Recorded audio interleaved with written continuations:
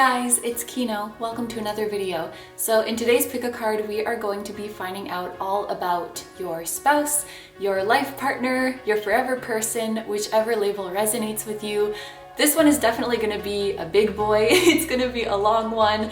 We're going to get lots of details about all kinds of things. I will go a little bit more in depth about what exactly this reading entails in just a moment.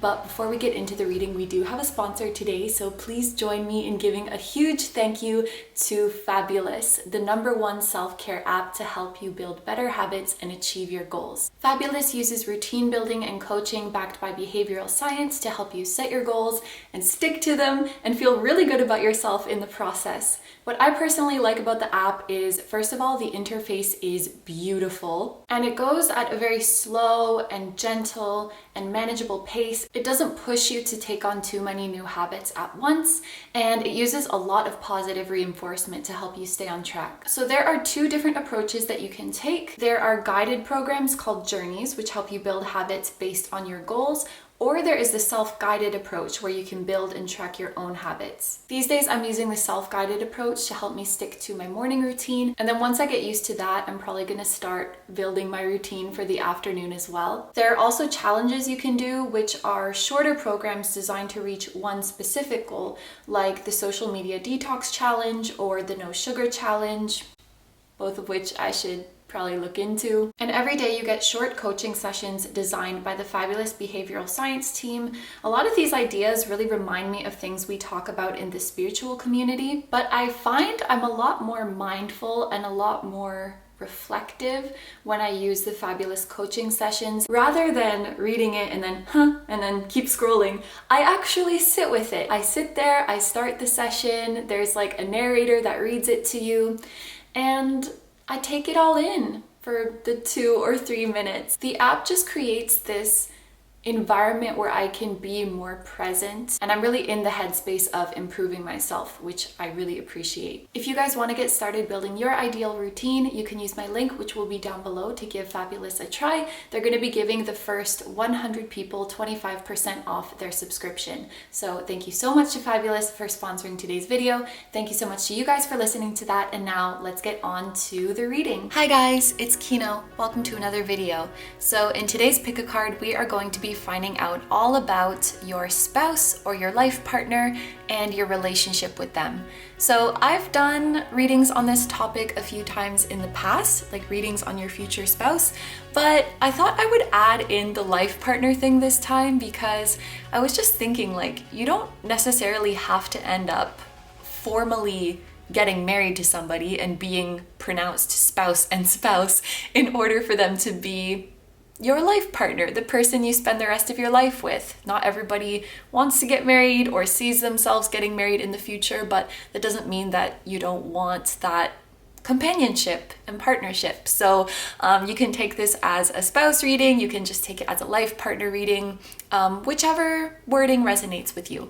So in this reading, we are going to be finding out, of course, who this person is, what the relationship is going to be like with them, the circumstances of your meeting, so the how, the where, the when, all of that. And we're also going to be looking at your role or your purpose in each other's lives. So essentially why you're coming together from a spiritual perspective. So there's a lot of stuff to get into today, and I'm very excited. We have 4 options to choose from. So I'm going to show you each of the crystals one by one, and then please pick whichever one you feel drawn to the most. Number 1 is Apatite. Number 2 is Milky Quartz. Number 3 is Rose Quartz. And number 4 is Labradorite. Okay, so as always, take all the time you need to pick. You can pause the video if you need to. I'm gonna go ahead and get started with number 1. Hi number ones, so if you guys chose the Apatite, this is going to be a reading all about your spouse or your life partner. Can I just say, I am obsessed with this stone. I just got it recently and I've only ever had like a tiny tumbled piece of Apatite before, and it's just, this larger one is just so beautiful. I also wanted to mention when I lit this candle before filming, the flame was burning really, really tall, and that really struck me because since I have owned this candle, the flame has been pretty short and small, so I just figured like that's the way it is. But when it burned really, really bright and tall for you guys, I was like, whoa, I think somebody's higher self is really eager to come through, or your spirit guides are really excited that you're here. But I just wanted to mention that to you guys, that the flame was really, really strong. All right, so we have a lot of different parts of this reading to get to, and I actually want to start off with these astro dice. This is the first time I've used them in a video. I actually got them quite a while ago, but I've been like waiting for a special occasion or special video to use them. So we are going to give them their debut today. They've been training for years. So let's see how they do. All right, so for the zodiac sign coming out, we have Virgo. For the planet, we have Uranus. And for the number, we have 7. So you can think of this as the 7th house, or you can think of this as life path 7. You can think of it as your lucky number or your angel number. But can I just say, with this Virgo and Uranus energy coming through together, this is giving me big brain energy. This is giving me genius energy from your spouse or your life partner. And it's interesting that you guys were drawn to the Apatite, because the little paper that I got with it at the store said that this helps with like mental clarity and focus. So right away, I think that your life partner has an amazing mind. Virgo is a zodiac sign that is ruled by Mercury, which is all about communication and intellect and wit and like mental speed. And Uranus is sometimes referred to as like Mercury's higher octave. So like Mercury's more powerful big brother or something like that. So I think that what makes your life partner so genius is that, first of all, they have a very methodical and analytical way of thinking. So they might be very good at like organizing things. They might be very good at assigning meaning to things. They might be very good at problem solving.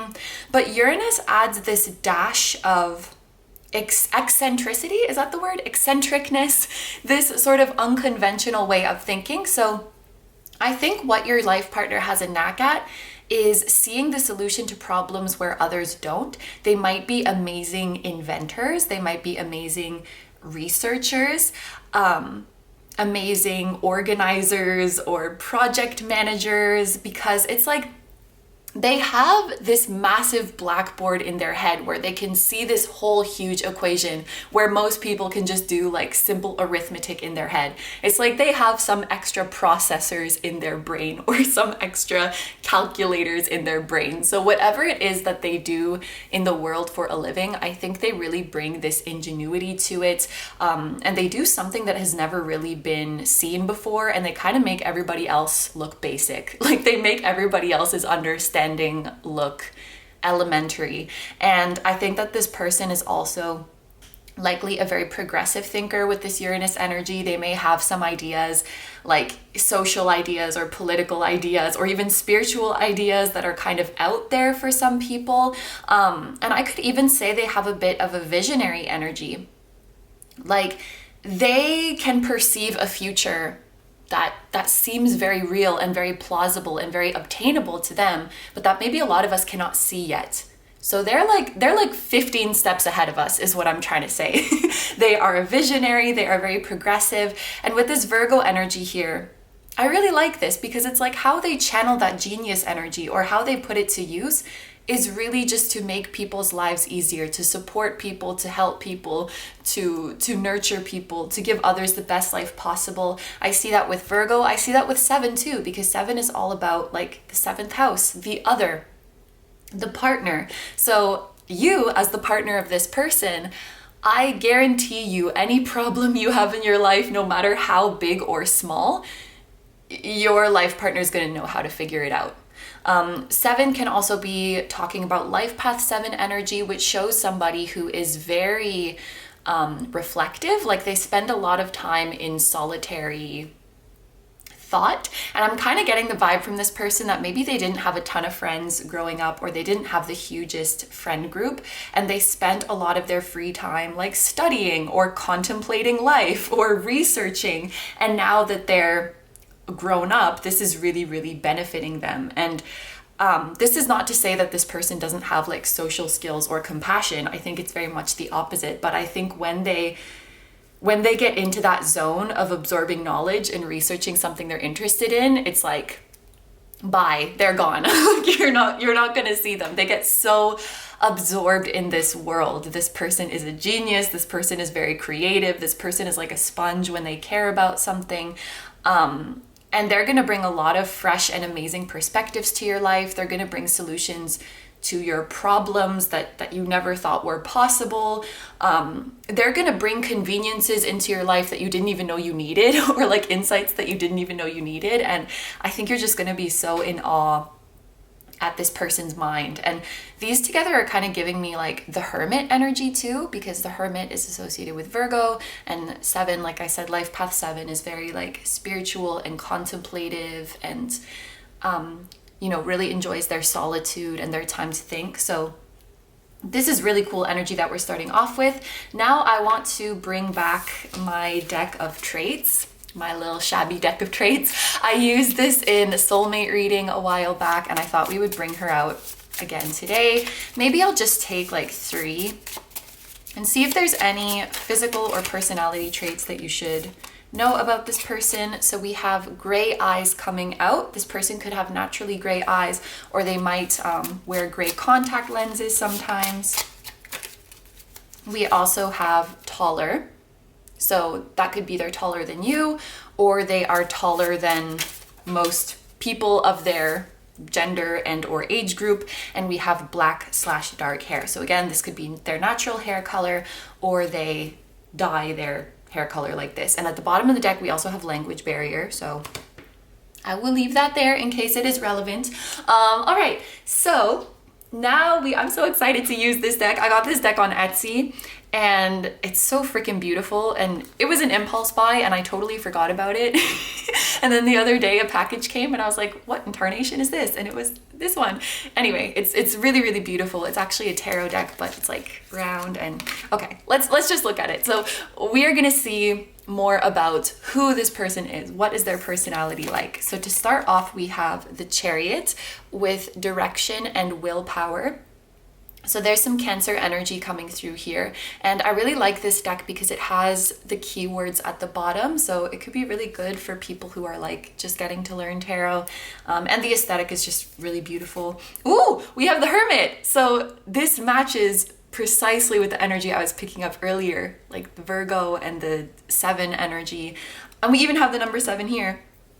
We have the Hermit with contemplation and soul searching. And we have the Sun with positivity and abundance. So this is Leo energy coming through now.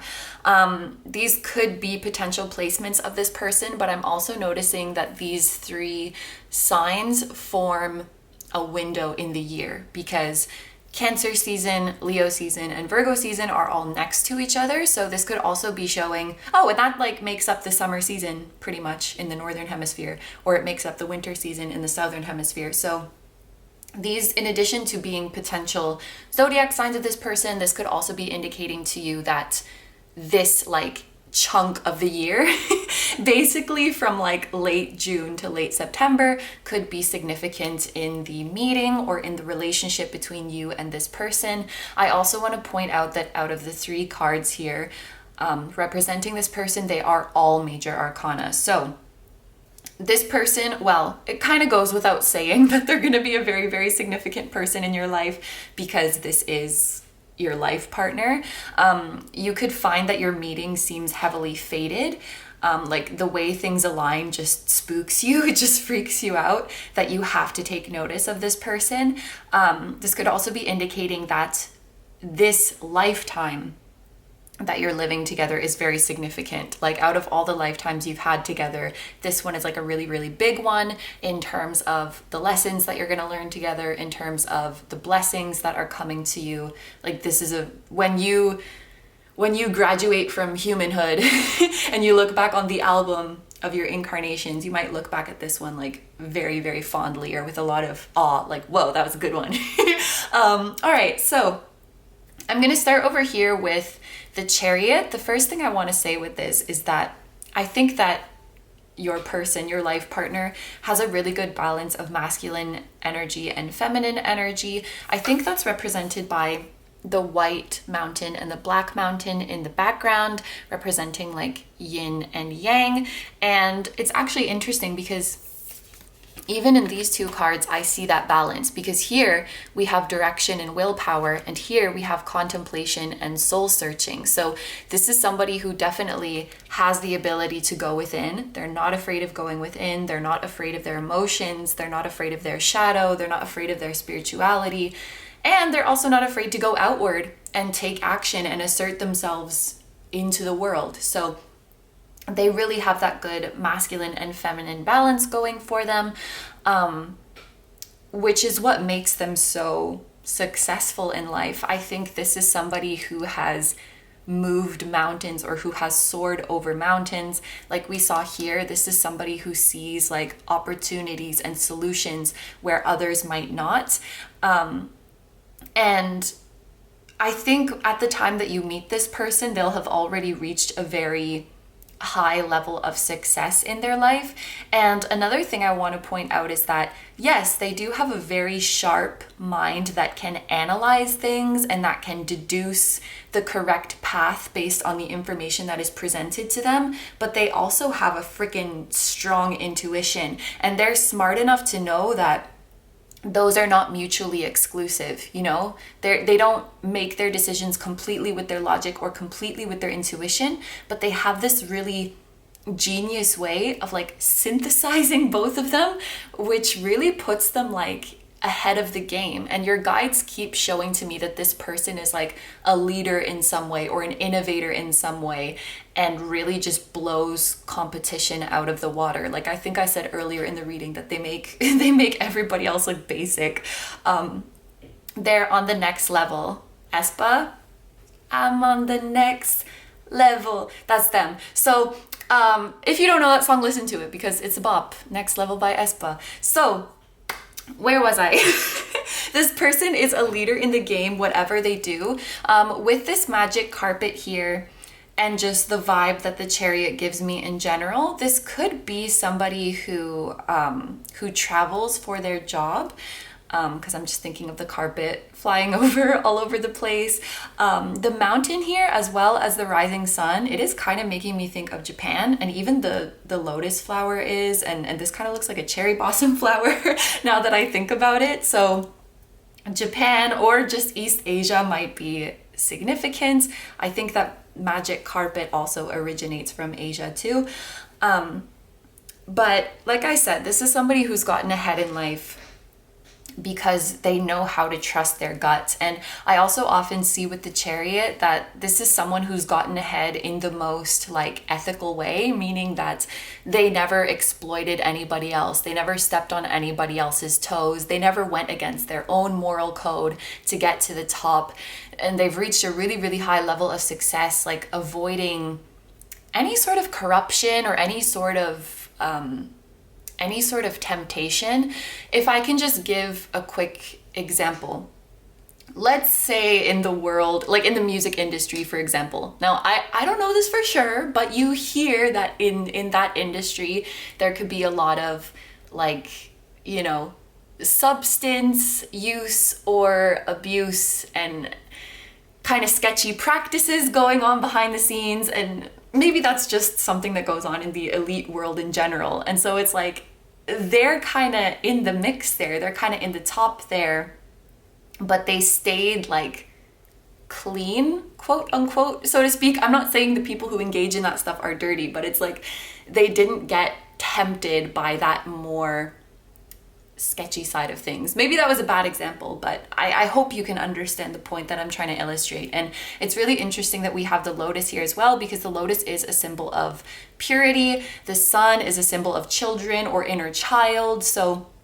no matter how far up this person climbs, like, first of all, they still keep their purity, they still keep their innocence, and they also still keep their childlike wonder. So this is not somebody who gets to the top and then is like bored or starts to take it for granted or starts to be like disillusioned by it or sick of it or whatever. It's like this person every freaking day wakes up and is like, oh my gosh, it's so amazing that I can do what I'm doing, and I'm so grateful, and this is so much fun. Like every day they're like, well, maybe not every day, but you know what I mean. Their base level is like just being this grateful and excited kid in a candy store. Like they really keep that purity and that innocence about them. And I think this person has a contagious happiness about them and a contagious optimism about them that is just going to be such a wonderful presence in your life. With the Hermit here, I think we've kind of spoken about this energy quite a bit from the Astro dice, but this is somebody who I think will prefer their alone time. I think they'll really be able to let loose and have fun with you, but this might not be somebody who really favors like huge social gatherings or likes to have a ton of acquaintances. They probably like to keep their friend group or their social circle pretty small, just because it's probably a select few people who can really get them and vibe with them. And also, you know, with their busy life, they're probably just tired out and they don't feel like really socializing a ton or meeting new people. This is someone who will have a very cozy energy and like to be very cozy with you. If this person doesn't have a cat, they might want one at some point in the future. And they might also want a pet or have a pet that is kind of unusual. I think the reason that's coming to me is that sometimes there's a horse on the Sun card. So like maybe this person has a pet iguana or a pet snail or a pet cockroach or something that's not usually a pet, or they want one. They're like, yeah, I really want a pet alpaca. And you're like, okay, weirdo, like that's your Uranus coming through, whatever. And have some kind of weird interest or desire like that. Whether this person is actively like someone who practices spirituality or not, I do think they have a lot of wisdom, and I guess you could call them awakened or enlightened. This is definitely somebody who is self-actualized and who is living in their full potential. This is also somebody who is not influenced by outside opinions or outside noise. Like with these two cards together, this person's inner compass is very, very strong.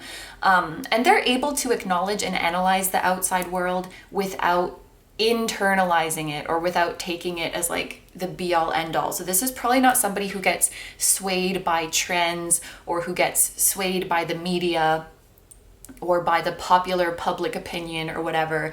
The Hermit kind of has like a rebel energy, like going to the beat of my own drum, which we see so clearly here with like Virgo and Uranus. Yeah, they cannot be swayed like that. And this person has a lot of depth. This person is a very old soul for sure. With the Sun, we spoke about them being like playful and open and childlike around you. It's also likely that this person is very, very funny. Like they're gonna make you laugh a lot, and that probably comes from their very sharp wit. Their sense of humor, it's either like very dry and sarcastic or just really stupid and silly, and I feel like there's no in between. Maybe just depends on their mood, like what they're feeling like that day. And this person is also incredibly talented. I think that this person has a talent in the arts, even if it's not what they do for a living. Like this person could be, they could make cars for their job, but like they're a really, really good opera singer. And that's just something they do. That's just something they're good at. And they might not share it with the world. They might not make money from it or do anything with it, but they definitely have some amazing artistic talent. And even if that is their job, like let's say this person is a bassist for a living, but then like they're really good at crocheting sweaters. Is that an artistic talent?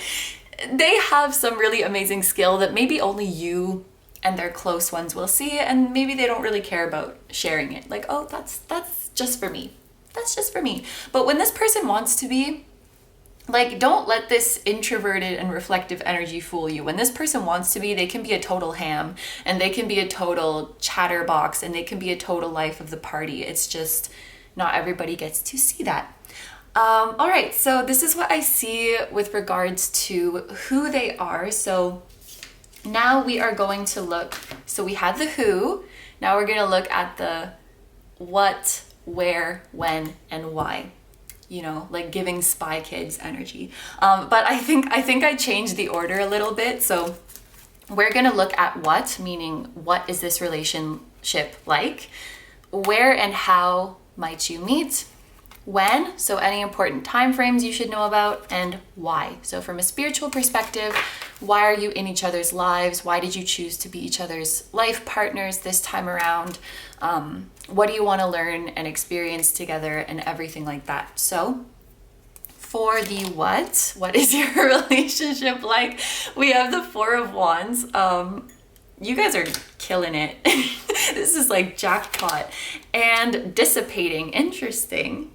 I actually did read the guidebook because when I first got this deck, my mom asked me to pull a card for her, and I pulled this one, and so I read it from the guidebook, and this deck is a hoot. It's so weird. And just so you know, this lady is named Mrs. Robinson, just in case, and this is her pet canary. And we were talking about strange pets, so maybe maybe your life partner has a pet canary or like a very exotic bird or something. And I'm almost getting an image of like, it's an animal that's not, and it could just be like their favorite animal or something, but I'm being shown an animal that is like not really considered, like, it's not cute, it's not fluffy, you know, it's not like a puppy or something. And it could even be an animal that other people find like weird or creepy, but then they're like so endeared by it. Like, let's say, I don't know, like a freaking scorpion or something. Some people might be afraid of a scorpion, and some people might be like, that's gross. And they're like, oh, look at the little baby. Hi, Mr. Shelly, like whatever they name it. And you're like, what the fuck is up with this person? But they just have this endearment towards the strange or exotic creature. Anyway, so Four of Wands, the reason I say this is a jackpot is because this is like the happiest card in tarot. I was just talking about this the other day. I think that like Four of Wands and the Ten of Cups are like very solid contenders for the happiest card in tarot. Four of Wands is even a card that talks about like weddings, marriage, matrimony, divine union, celebration. For this coming out with what your relationship is like, I really do think that your relationship is just going to feel like a honeymoon phase. And I'm not surprised because I even see this person's life just feels like a honeymoon phase to them. Like they're always excited about what they do. They're always grateful for what they do.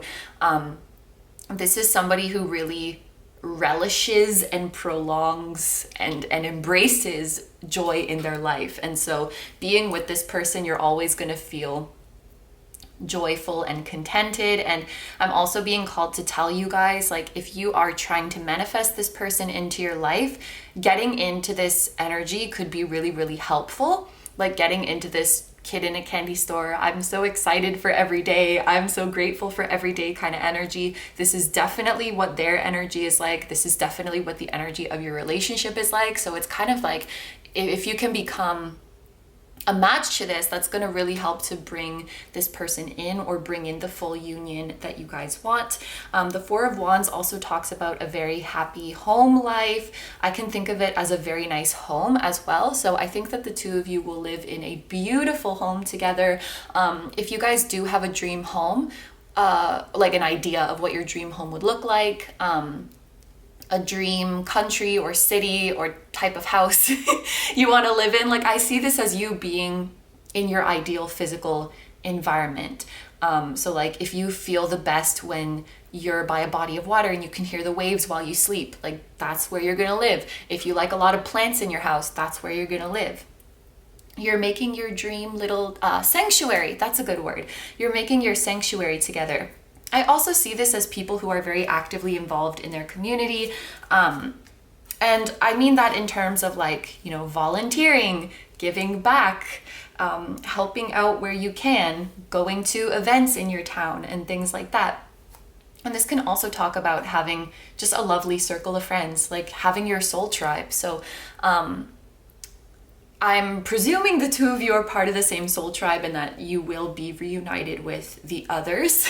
It sounds so ominous, the others who are incarnated, the others that you have set out to meet. Just joy and happiness all around. What can I say? Now with this dissipating card, this is really interesting. So I'm going to tell you the lore of this card. It's so interesting, this deck. So this is Mrs. Robinson, as we spoke about before. You remember her. She wants to make her own TV show with her pet canary. You see, she's watching her TV show and she's thinking, I want to make my own TV show.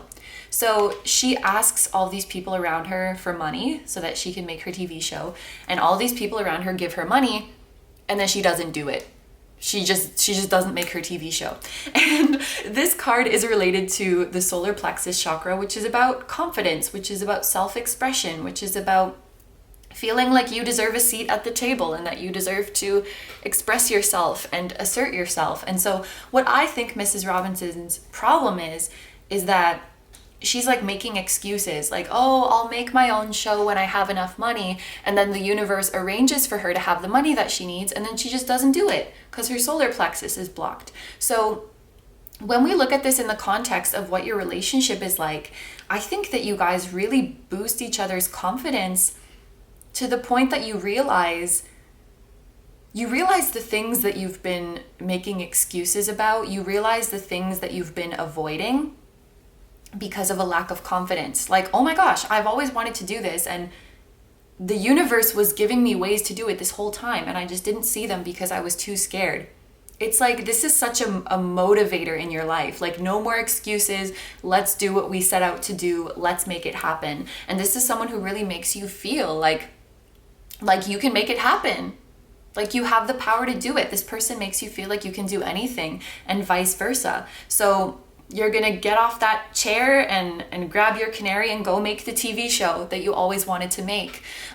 Probably after meeting and getting together with this person, you guys might realize a dream that you've always really wanted to do, whether it's like you've always wanted to write a book, or you've always wanted to learn how to ride a unicycle, or you've always wanted to go to Egypt, or whatever it might be. You're gonna do it. So, okay, now let's look at the where or how you guys might meet. So we have the Eight of Pentacles here, which is pretty telling, and bittersweet. Interesting. So the Eight of Pentacles is definitely making me think of a work situation, because this is a card that talks about getting to work, of putting in repeated efforts and things like that. Could also be some kind of training, some kind of education, an environment where you are working on developing your skills. You guys could end up in the same place due to similar career path, similar goal, similar skills, or something like this. Now with this bittersweet energy, this is related to the throat chakra with this blue color. And I think the story behind this one is like, it's this child's birthday, but the grown-ups are grieving some kind of loss, like some loved one has passed away, but they can't really show it because they don't want to pass that on to the child. So they're just trying to put on a brave face and be happy for the child. And so, yeah, it's bittersweet. It's this mix of happiness and grief at the same time. Now, when it comes to the situation of the circumstances of your meeting, there's a couple different ways that I can interpret this. Ooh, and your flame is growing again. Ooh, maybe your meeting is like imminent or something. Or maybe as I explain this, you'll realize that you already know this person and this is the person that you're thinking of. But a couple ways I can interpret this. One is that maybe you guys were like in the same department at work, or in the same class, or in the same group for some kind of project, for some kind of training. And, you know, there's a term to this time that you guys are together.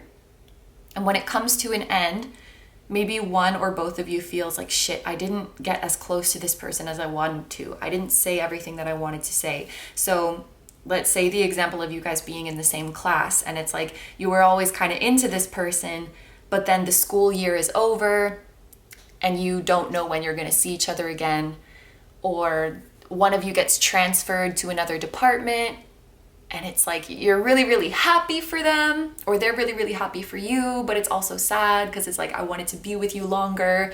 There was more that I wanted to say to you. It could be something like that that's happening. Or I'm also being shown it could be the other way around, where like, for example, you get transferred at work and you're sad about that because you love your department, you love the people there, but then when you get transferred, you meet this person. So like it could be bittersweet in that way too. But there's some bittersweet transition with regards to your career or studies or something like that that's going to be involved with your meeting or with your getting together. So with the next cards, we're going to see if there's any important time frames that you guys should know about. So we have Temperance coming out. And we have Victim. Okay, this is giving me divine timing vibes. This is giving me, we're not going to tell you the exact time frame vibes. Temperance is a card that generally talks about divine timing. It talks about needing to be patient. It can sort of be hinting here that this might be longer than you expected or longer than you hoped for. Like if you had a certain idea in your mind of like, I'm going to meet my life partner by this time, or I'm going to get together with this person by this time. Temperance usually suggests that it's going to be later. Like there's still more things for you to experience. There's still more steps in the plan or more growth to go through. And with the Victim card here, I'm seeing this person trapped in the acorn as you guys. And I think this is actually your higher selves, like plotting, or maybe your spirit guides plotting, because Temperance also talks about there's a very elaborate divine plan for you guys. Like I think it's no coincidence that we got the major arcana and all of this major arcana here. There's a really elaborate plan for you guys to come together, and you know, they look pretty happy about it. The higher selves and the guides, they look happy. They're like we have this master plan. Now you down here as the human being trapped in this acorn and with the message of Victim, there may be some times along this journey that you do feel kind of powerless. Like no matter what action you take, you maybe feel like you cannot speed up the timeline. And maybe that's your higher selves being a little bit stubborn, but this is a card that is related to the heart chakra. So whatever timeline they've laid out for you and whatever journey they've laid out for you, it comes from a complete place of love. And I think that this Victim energy that we're seeing here is really dependent on perspective. It's really dependent, like whether you're in the why is this happening to me frame of mind versus the how is this happening for me frame of mind. But from a soul perspective, nothing has gone wrong. From a soul perspective, you're exactly where you need to be.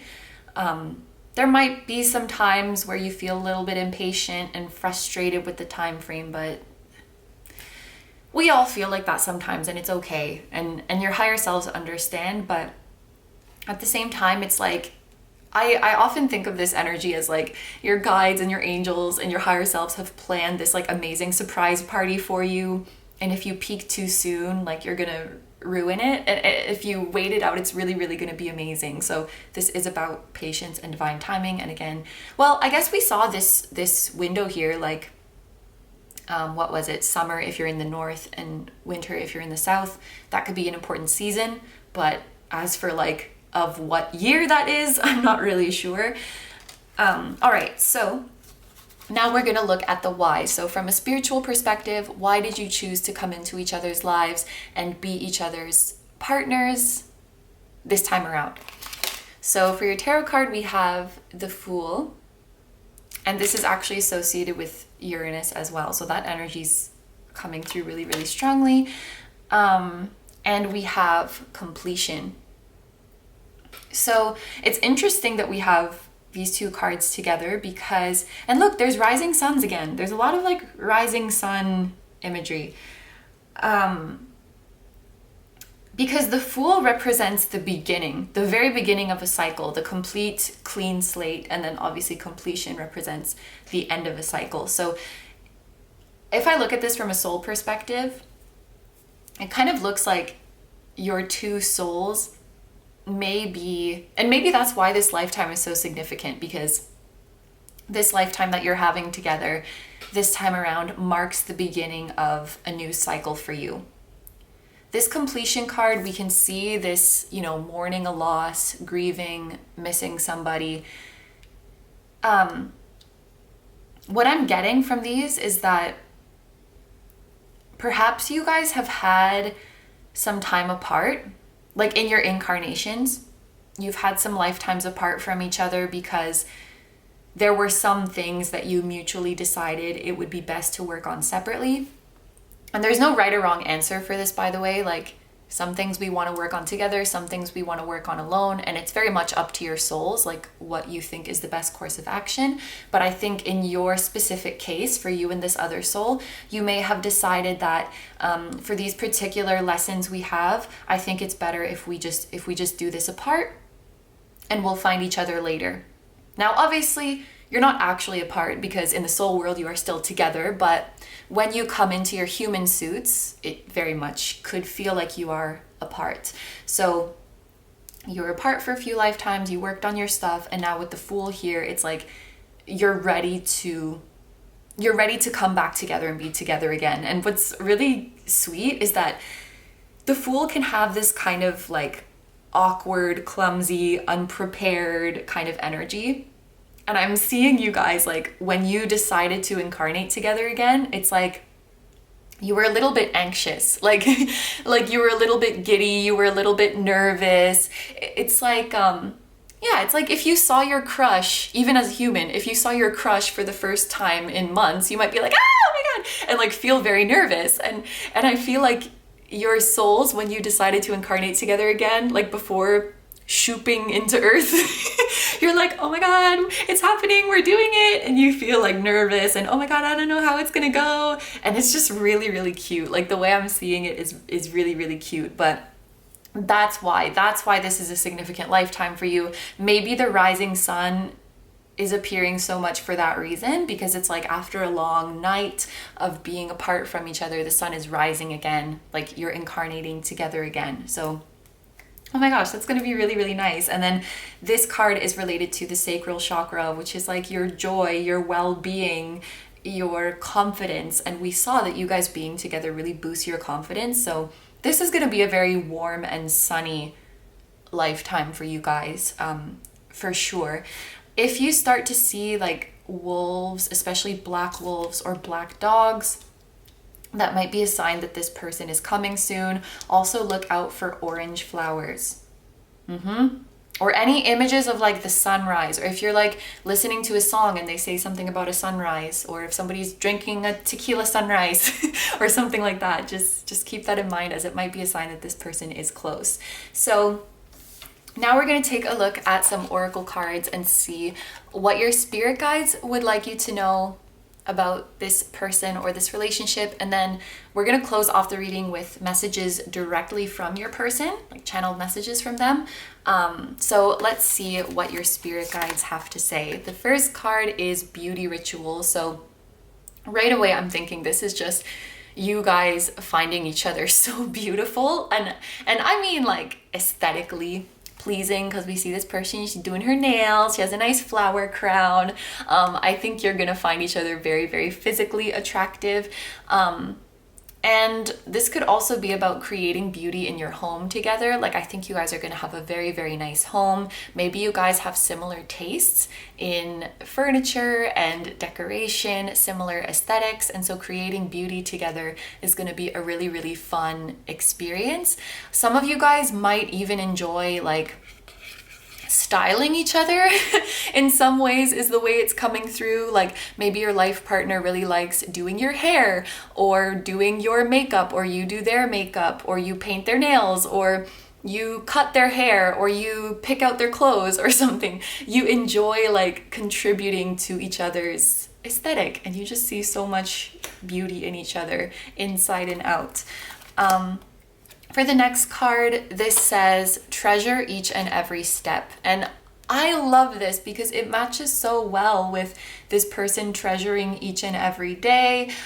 It matches so well with you guys trusting the divine timing. This is somebody who makes every moment special. Like when you look back on your life together, it's like the big moments and the big climaxes that are fun to look back on, but even just looking back on your everyday, like looking back on cleaning the house together, looking back on painting each other's nails, looking back on walking your pet iguana down the street. That's the kind of stuff that you remember, and that's the kind of stuff that you cherish. And that's wonderful because it means your day-to-day is so much fun. We also have teaching and learning, so it looks like the two of you will be wonderful teachers to each other. In a spiritual sense, I think you're teaching each other about your strengths, you're teaching each other about your own respective beauty and the beauty that you see in each other. You're teaching each other about the beauty of divine plans and the beauty of faith. And even from a more like practical or 3D perspective, maybe you guys teach each other skills. Like we mentioned before that this person has some interesting skill like crocheting sweaters or whatever I said. Maybe they will teach you how to do that, and maybe you'll teach them how to cook your famous souffle. You know, sharing your knowledge and sharing your skills like that. And then we also have grief. I understand that losing something is an opportunity to appreciate it. This is like freaking me out that it's orange again and there's like an orange flower in the middle, and it's the same color as completion. And we had spoken about you guys temporarily being away from each other. You chose to work on some stuff separately. And this card is almost like an absence makes the heart grow fonder kind of card. So when you guys come together in this lifetime, the love and appreciation that you have for each other, I think is like stronger than it's ever been. Wow. All right, so shall we dive into the channeled messages from them? To finish off the reading, what would your spouse or life partner like to tell you? Thank you very much for letting me do this reading, by the way. I know I usually say that at the end, but I just wanted to pop in and say that right now because I've thoroughly enjoyed this energy. So we have, I love our inside jokes. I love that because we spoke about this person being like a ham and being very funny, but only with you or the people they're comfortable with. We have how are you real? So they find you so beautiful. They get on with you so well that sometimes it's hard to believe that you are real. And if you feel that way about this person, just know that the feelings are mutual. And we have no one knows me like you do. Exactly. Please wait for me a little longer. That matches with temperance. And then at the bottom we have you take my breath away. Aw. Yeah, so you're like absolutely stunning to this person. All right, so these are all the messages I have for you guys. So I'm gonna end the reading here. Thank you very, very much for letting me do this reading for you. I hope you have a wonderful day or night whenever you're watching, and I wish you all the best. Please take good care of yourself, stay healthy. Don't forget to like, comment, and subscribe if you feel like doing that. I also have a Patreon, so if you guys are interested in seeing even more exclusive pick-a-cards where you get to choose the topic, that will be linked down below too. I'm sending you lots of love, I'm sending your person lots of love, and I am sending all of your spirit guides lots of love, and I will see you in the next one. Bye-bye.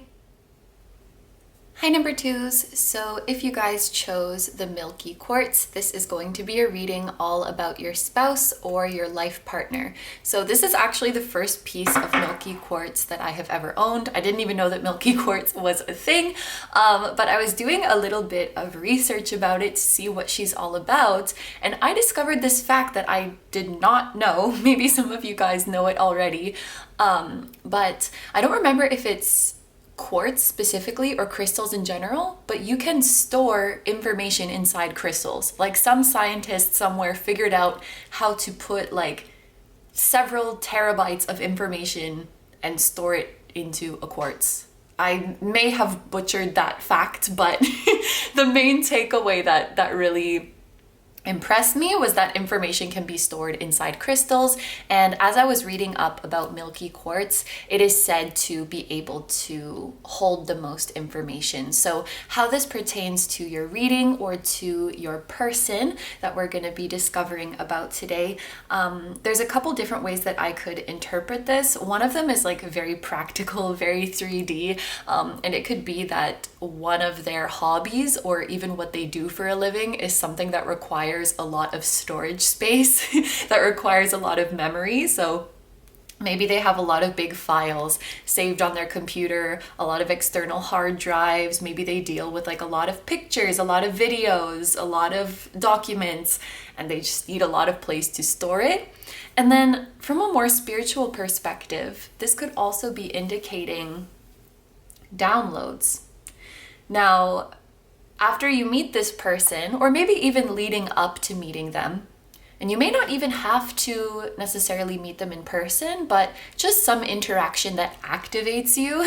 So that could be like meeting them online, seeing a picture of them, seeing a video of them, being in the same place as them, even if you don't interact.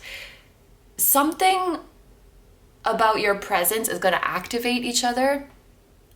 And after you've been exposed to this person, so to speak, you might start getting crazy downloads or having crazy dreams, or like all of this information is coming to you and you have no idea where it's coming from.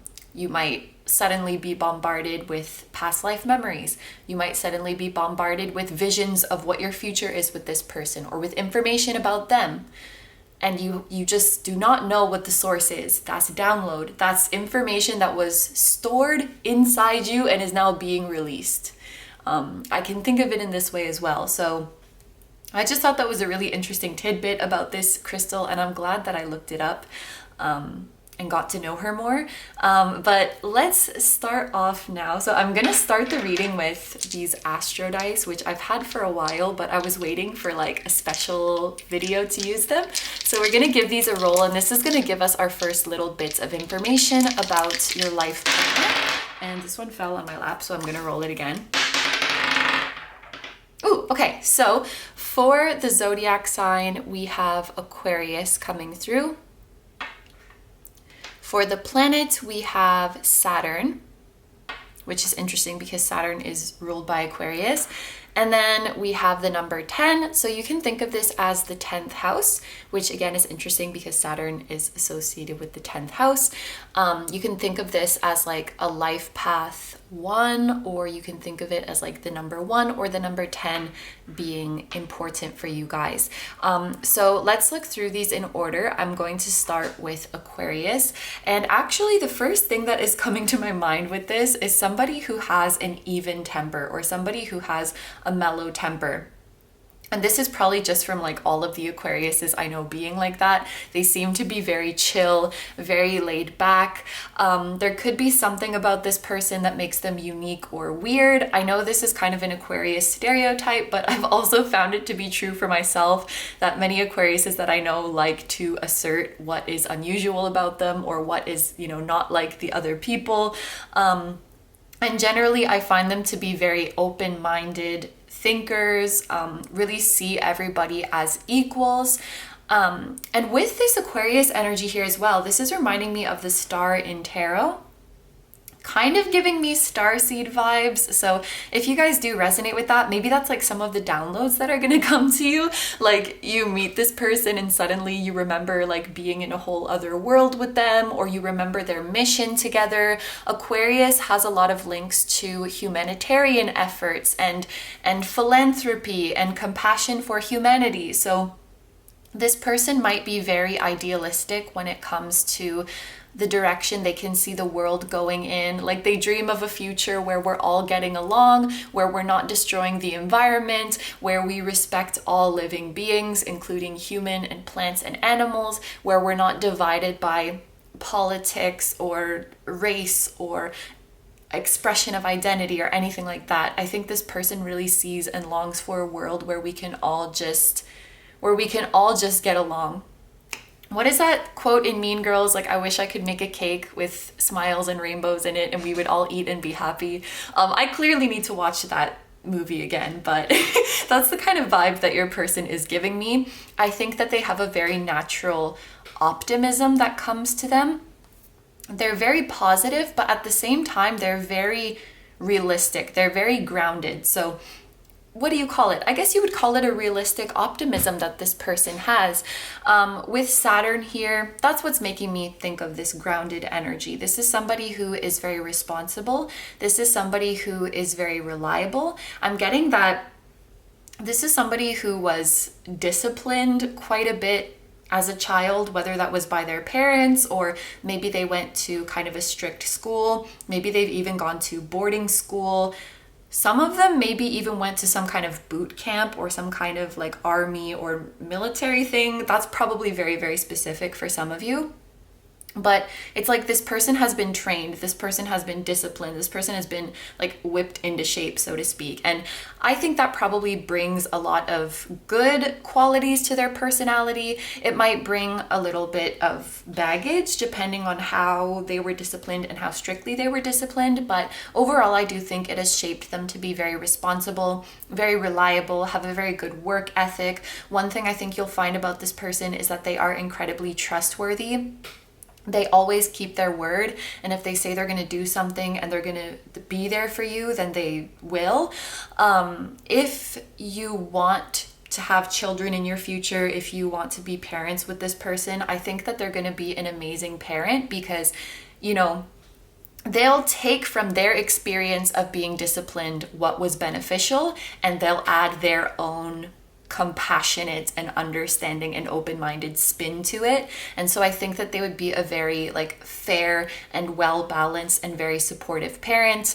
And of course they will treat you this way as well. Like I think this is somebody who's always going to hear you out, who's always going to be loyal to you and always be on your side. But at the same time, they're going to keep you accountable and they're going to call you out on your shit. And they expect you to do the same for them. Saturn is also making me think that this person is very mature. People might, you know, call this person an old soul or say that this person is wise beyond their years. They may have had to grow up kind of quickly. You know, I feel like their childhood maybe was cut short in some ways. They may have had a childhood where they had to move around a lot, so it was hard to make friends, or they just felt kind of isolated in some way. Maybe their childhood was just a lot different than the other children around them, and so it was hard to like, you know, it was hard to like talk about it and relate. In addition to the moving around interpretation, it could be something like because their parents were so strict, so like all the kids would talk about like the TV shows that they watch and like the snacks that they ate, and they're like, oh, my parents didn't let me do stuff like that. There might have been something that made them feel a little bit isolated, but I only think that's fueled their desire to connect even more, and that's fueled their inclination towards compassion and community even more. I don't think they leaned into the isolation. I think it rather like provided contrast for them. Like when I get older, I want to connect to everybody and I want to be in the mix and I want to relate to people. This is how I see them. And actually Saturn is related to the world, like the major arcana in tarot is related to the world. So oh, and I just realized that could also be an indicator of this person moving or traveling a lot, but it can also be that this person has an affinity for or an understanding of many different cultures, people from many different walks of life. We can see that in Aquarius as well. And now moving on to the 10. So like I said, this can be talking about the 10th house in astrology. These are astro dice, so I think that that's what it's meant to be.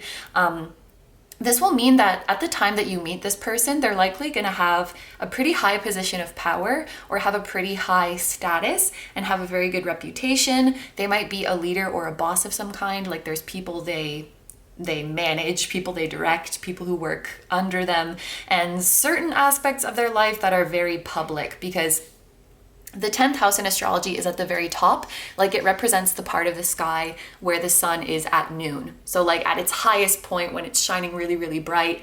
And it does have this meaning of like being exposed or being public. So there's some aspect of them that is very, very public. Is it their true self or is it a persona? We don't know, but people might really, you know, see this person and have their speculations about them. And this can also talk about, if we reduce this to 1, like the life path 1, this is somebody who is very independent, somebody who's like a self-starter, natural leader, somebody who takes initiative in their life. This would be somebody who is strongly connected to their masculine energy. So, you know, they protect, they attack, they take action. This, and you know, also Saturn is a masculine planet and Aquarius is a masculine sign. So yeah, I think this person has a lot of masculine energy. So this is what I see for the Astro Dice. Now we are going to move on to, these are 3 tarot cards. I really, really love this deck. This is also, there's a lot of new things today. First time Milky Quartz, first time Astro Dice, first time using this deck. And this is going to show us just a little bit more about their personality. So, we have the King of Cups, which is very nice, because I think of the King of Cups as a masculine being who is in touch with their emotions, or who is in touch with their feminine side. So it's really nice to see this. This can also be water sign energy. So we have Aquarius. We could also have Capricorn here because of Saturn and 10th house. And then we have Cancer, Scorpio, and Pisces coming through. We have the 6 of Cups, so even more water. And we have the Hanged One, so Pisces, again. there's a lot of water here. So maybe this person is like an Aquarius with a lot of water, or like a Pisces with dashes of Aquarius or something like that. But you know what? Put this on hold for a second because I forgot about this deck that I wanted to use. This is a deck of physical and personality traits, which if you guys watch my recent soulmate video, thank you, and you might recognize this deck from there. But I just wanted to take a few of these to see if there's any traits, specific traits about this person that might stand out or help you to identify them. So we have body. When I wrote this card, I just thought of this meaning that you really like this person's body. So if you have a specific body type that you like, I think that this person will have that. Or alternatively, it could mean that this person takes really good care of their body. Looking at these cards, like we got this muscular baddie over here in the King of Cups, and we have this flexible baddie on the Hanged One. So it could be that they're very, you know, physically fit, very in touch with their body, take good care of themselves. We also have blue eyes. So this could be their natural eye color, or they could wear blue contacts sometimes. Alternatively, this could mean that their eye color is lighter than your eye color. Ooh. We also have, that's a lot. Should we take all of them? Sure. We have fashion coming through. This person could be very, very well dressed. We have same age. This doesn't have to be like exactly the same age. They could be like a couple years older or younger, but this card just made me think it's not going to be a 10-year age gap or something like that. And then we also have black eyes. So you know, it's probably not, unless they have heterochromia, it's probably not both, but yeah, they could have blue eyes, they could have black eyes. So forget what I said about them having lighter eyes than you. All right, so sorry, I just forgot about this part that I wanted to do, but let's take a look at your tarot cards here now. So I'm gonna start with the King of Cups, and this card has the message of integrity and stability. I do think that this person is very emotionally stable, and I do think that this person is very concerned with doing the right thing. And like I said, again, this comes from like being raised strictly and having a lot of discipline, but it also comes from their innate compassion for others, that they're really always concerned with doing right by other people, making sure that their loved ones are taken care of. The King of Cups can also be like a father or a parent. So it's interesting that that came out earlier as well. Maybe this person like really wants children, or just, you know, does really well with children, or maybe even works with children. If this person might have like significantly younger siblings, and so there was that message of them needing to grow up quickly. Maybe they had to look after their younger siblings or younger cousins or something like that. But this person is very emotionally mature, and what's coming to me is like they're very good at hearing out other people's emotions. So this is not the type of person to make assumptions about other people or jump to conclusions or like invalidate how somebody else is feeling just because they have never felt that way before. Like, they're gonna sit there and listen and take it case by case, because they understand that everybody is different and you cannot paint people or even people's like experience of emotions with the same brush, you know? Like, two people could have the same look on their face but be feeling different things. So they're not just going to be like, oh, you must be feeling like this, you must be mad at me, or you must be fine. They're going to check in on you, they're going to ask you, and they're going to hear you out. I think you'll find throughout this relationship that you always feel comfortable to tell this person how you're feeling, whether it's a positive or a negative emotion. And you may have a lot of really lovely heart-to-hearts with this person. I'm noticing on this card there is an emphasis on their throat chakra here. So I think very good, very beautiful communication is going to be like a hallmark, if that's the right word, a hallmark or a key point of your relationship. And you're always going to feel nurtured and taken care of by this person. This is going to be someone who's very responsive to your love language, to the way that you feel most loved, the way you like to receive love. So if you like to receive love by a lot of physical touch and affection, then that's what this person is going to give you. If you need a lot of words of affirmation, that's what this person is going to give you. I feel like how they like to give love, it might be acts of service. But to them, like, responding to you and giving you what you need is like an act of service in itself, you know? This person just loves to help others and loves if their loved ones can feel cared for and nurtured, which is really, really sweet.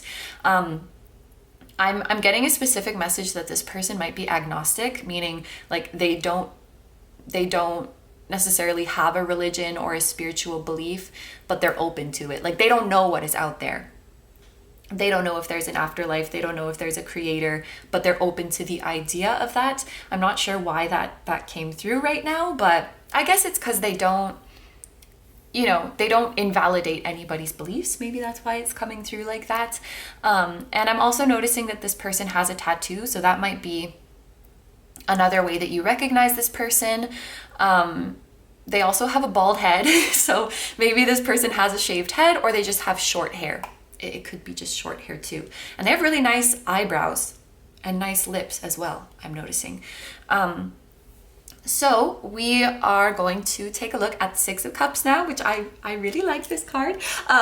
This to me is just like deep relaxation, deep comfort, deep familiarity, and deep safety with your person. So when you're with this person, you feel so incredibly safe. You feel like you can let your guard down. You feel like you can share anything. You feel like you're at home.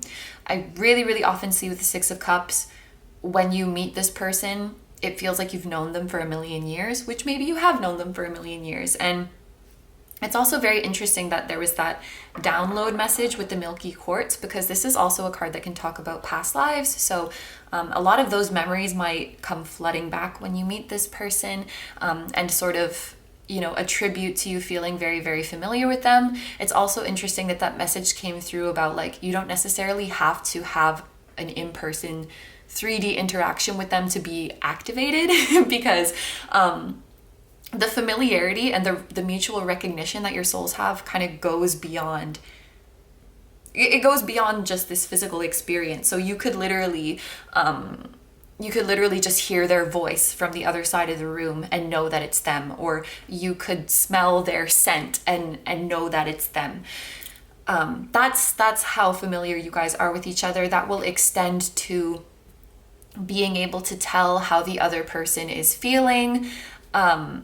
If you guys were like dropped on opposite ends of Costco, I feel like you can find each other in 2 seconds, because you just know, like, oh yeah, they would be over there looking at the TV remotes. I know them too well, and you would just be able to find them. So there's no place like home. There's no comfort like this partnership, is what I want to say with the Six of Cups. And I just realized Six of Cups is also about children. So I don't know, maybe this person just really, really wants children, or fur babies for children if you don't want to have children. And maybe this person would like to adopt kids as well. This can also be just speaking about being able to let out your inner child when you're with this person, if you're really, really not vibing with like the having kids interpretation. And I just noticed we have serenity and healing. I really like this deck that it has like the keywords. I really love the art on it. Moving on to the Hanged one. Like I said, this is Pisces energy, and we have transition and sacrifice. One thing I will say, I think when you meet this person, they're going to be coming into a phase in their life where they're like finally having fun and finally doing what they want to do. I think growing up, like I said, this person has had to assume a lot of responsibility. And there's something with the sacrifice, and just based on what I was channeling before, they've had to give up on a lot of luxuries or a lot of, you know, things that aren't necessities, like fun, like travel, like novelty, like pleasure, leisurely things. They've had to sacrifice a lot of that. And I don't necessarily think they're upset about that, because we have serenity, we have healing, stability. The Hanged Man or the Hanged One in this deck, it shows that we have a greater perspective of the situation and we don't have any bitterness about it. So I don't think they have any like grudges or regrets that that's what their past has been. And they're more so just like at peace and happy that now they've reached a place in their life where now they can finally do all of the things that they wanted to do, like when they were younger and that they didn't get to do. Maybe this person always wanted to, you know, take some kind of lessons. Maybe they wanted to learn how to do freaking, I don't know what this is called, I forget. Maybe they wanted to always learn how to surf, or how to dance, or how to play an instrument when they were younger and they weren't allowed to, or they couldn't afford to. And now that they're independent and grown, they're like, yes, finally I can do this. And so they're off like doing the things they want to do. Maybe they've always wanted to travel to a certain place. They've always wanted to get a tattoo. They've always wanted to dye their hair a crazy color or dress a certain way. And now that they're free and independent, they can do that.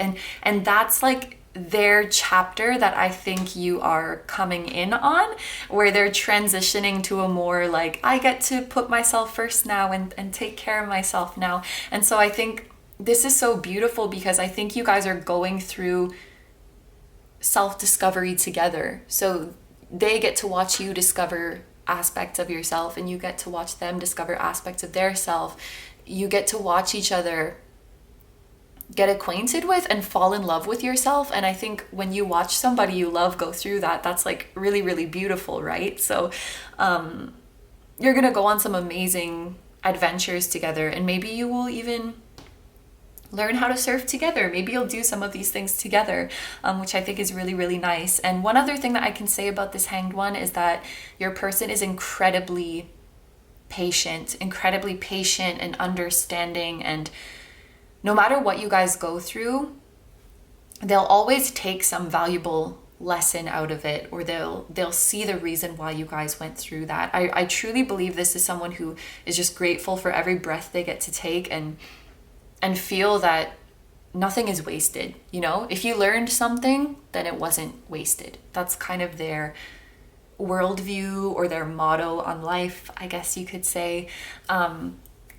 But this is what I see for who. So now we are going to look, there's like 4 different sections. So this was like the who, then we're going to look at the what. So what is your relationship like? The where, so like where and how you might be meeting, when, any time frames you should know about, and why. Like what is your spiritual purpose or role in each other's lives? What did your souls want to experience together this time around, and everything like that. So we're going to start off by seeing what your relationship is like with this person. So for your tarot card, we have the King of Wands, and for your oracle card, we have insecurity. So yeah, I really like this King of Wands, because we were just talking about you guys like getting to discover yourself and getting to love yourself. And I think that matches really, really well with the King of Wands. Like on this card, it literally looks like this person is, you know, feeling themselves. And with the root chakra here as well, being about your physical body, this might be talking about you guys having a very powerful and very beautiful physical compatibility or physical relationship.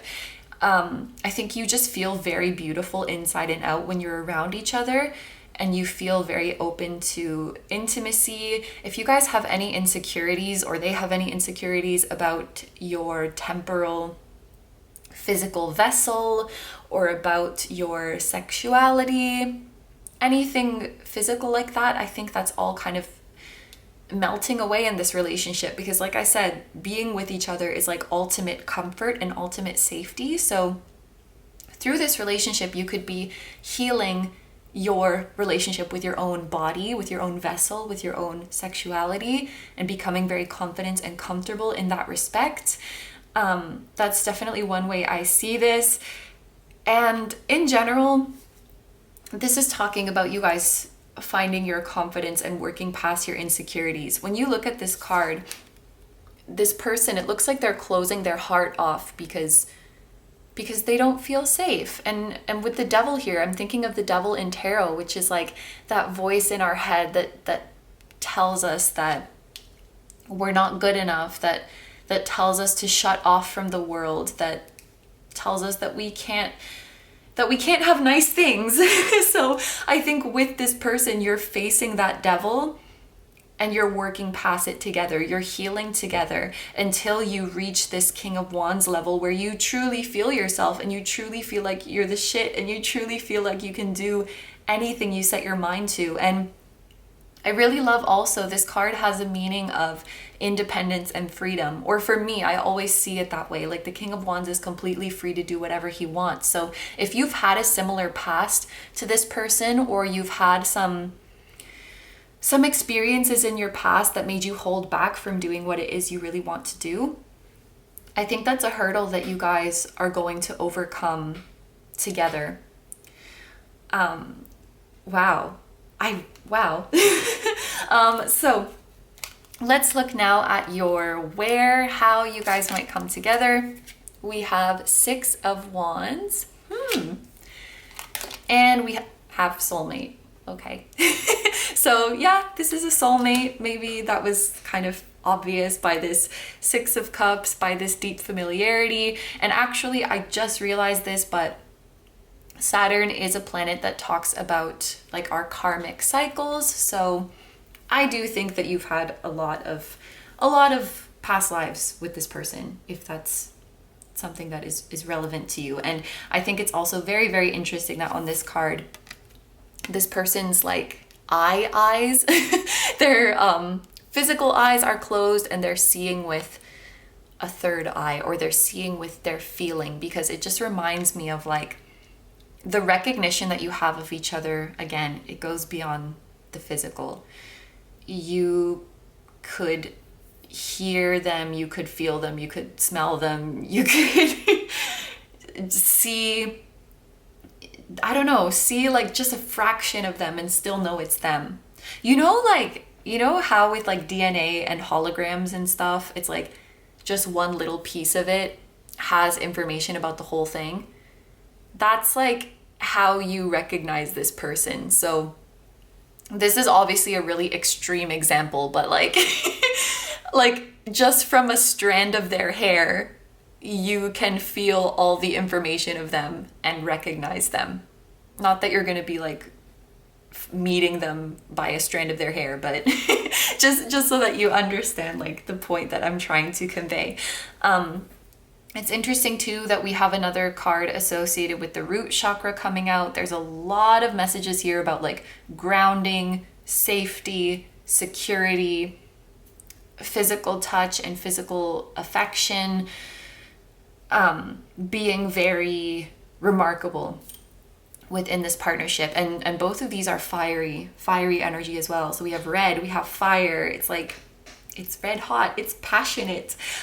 So let's talk about the 6 of Wands with regards to how you guys are meeting. There's a couple different ways I can interpret this. especially recently when it comes to connections, I've been seeing the Six of Wands as your compatibility being recognized by other people, because Six of Wands does talk about like being seen by people, being in the public eye, so to speak. In this case, we can just think of it as like your friends, your acquaintances. I'm feeling like you guys will end up in the same circle as this person. Maybe you already are, maybe that's to come in the future, but you're gonna have mutual acquaintances, mutual friends, mutual coworkers, collaborators, whatever it might be. And these people are gonna recognize like, oh, group 2 and this person would be so good together, weren't they? And I feel like they're gonna be talking about setting you guys up before you even know each other. Like the same way you recognize this person so specifically and so definitely, I think that sort of transfers to the people around you, where if I met you and then if I met this person, I'd be like, oh yeah, they're soulmates, like for sure. They need to meet each other, they need to get together. So that's the level of recognition that your partnership generates. So that's one way of interpreting this. And it's interesting that this card is about like being recognized or being in the public eye. And then we have that 10th house, which is about like having a public position. Maybe one or both of you is in that position or will be in that position when you meet. If you guys are like working towards being a public figure, maybe this is like a positive omen for you. But that's another way I can interpret the Six of Wands, is like one of you is in the public eye and finds each other, or you both find each other from that way. So that's kind of cool. You might admire this person before you meet them. They might admire you before they meet you. And I think you guys are just mutually going to really look up to each other. You might find this person like from social media and you like what they're doing. That's just kind of the vibe I get from the Six of Wands. It has like you're in the public eye and you're being admired kind of vibe to it. So I hope that wasn't too rambly, but let's move on to see if there's any specific time frames that your guides or your higher selves, like your and their higher self, would like you to know about. So we have the Ace of Pentacles for your tarot card, and we have some flying bulls, which is interesting. Maybe that's like Taurus energy. And then Capricorn again with the Devil. And then we have Faith. Okay, so you guys definitely have a lot of guides trying to get your attention and trying to give you information about this connection. It's so freaking cool that this image is like these guides, this ancient wisdom coming out of a rock when we were talking about Milky Quartz holding information. There's definitely a lot of spirit guides trying to already, as we speak, bring you messages about this person, bring you messages about your union and the steps to take, and maybe even bringing you messages about the time frame. And actually, what I want to say with this card is that if any spirit guides have given you a message about when you're going to meet this person, whether that's through a reading that you saw or through your own divination, or they just came to you directly and told you, I think that you can trust that. I think that any guides who are working with you with regards to this connection, they are a reliable source. Like any information you've gotten about this whole thing is reliable. The guides mean well.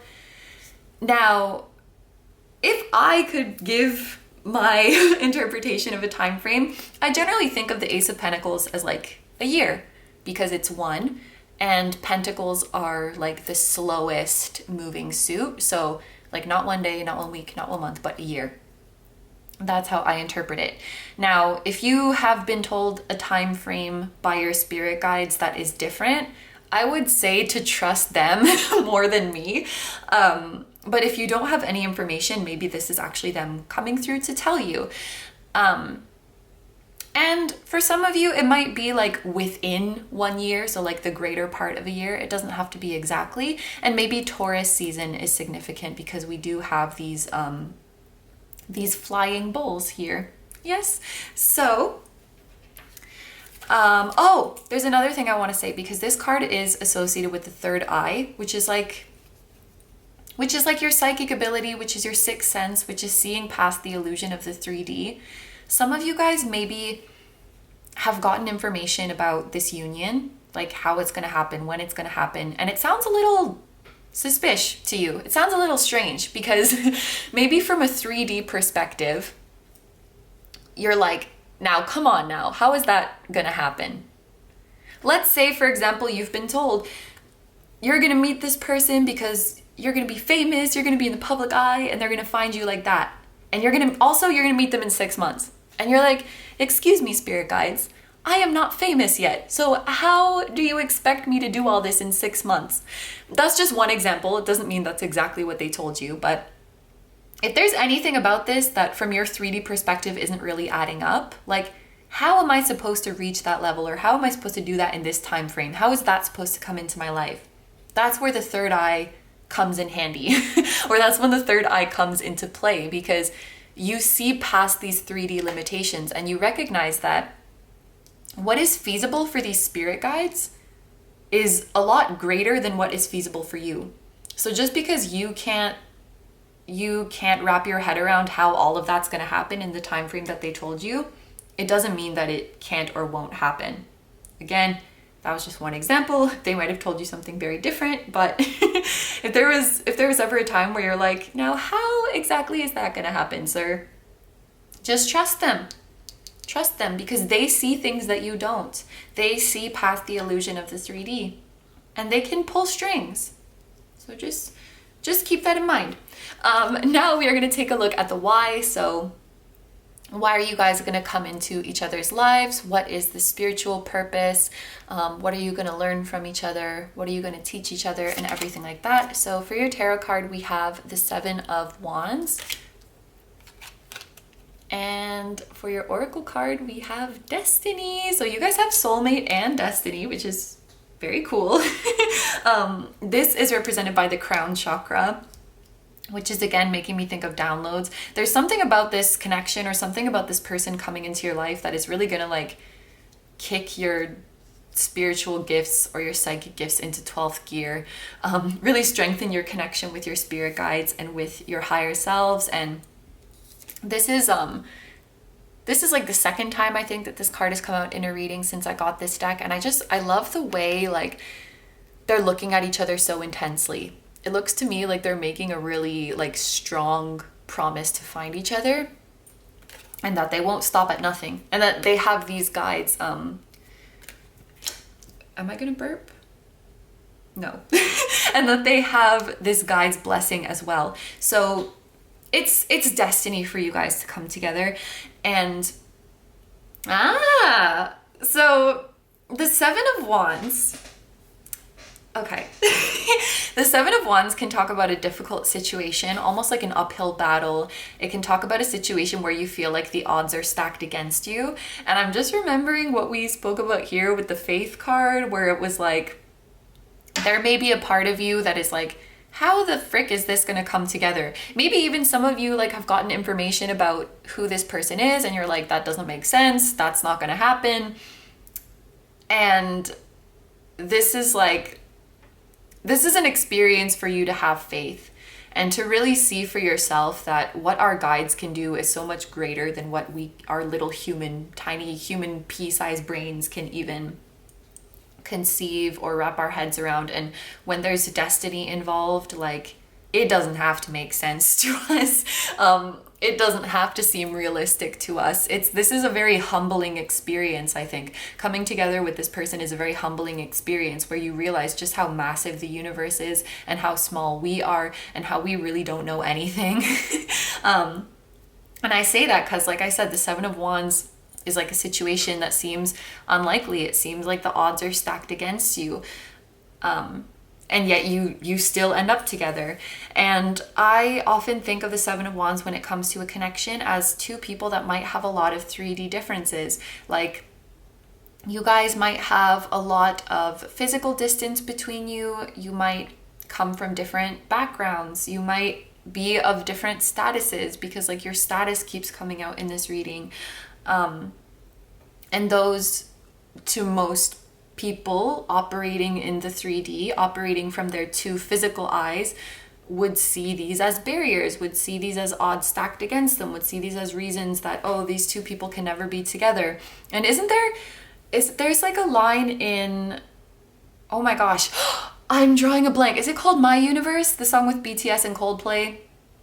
And there's a line in it that's like, they say we can't be together because we're from different sides. I'm not gonna lie to you, I've only listened to the song once, but I should definitely listen to it again, because that line is just jumping out at me right now. Like, people have their opinions about what can and can't happen and who can and can't be together, and these guys are like, try me, bitch. Like, that's what they're saying.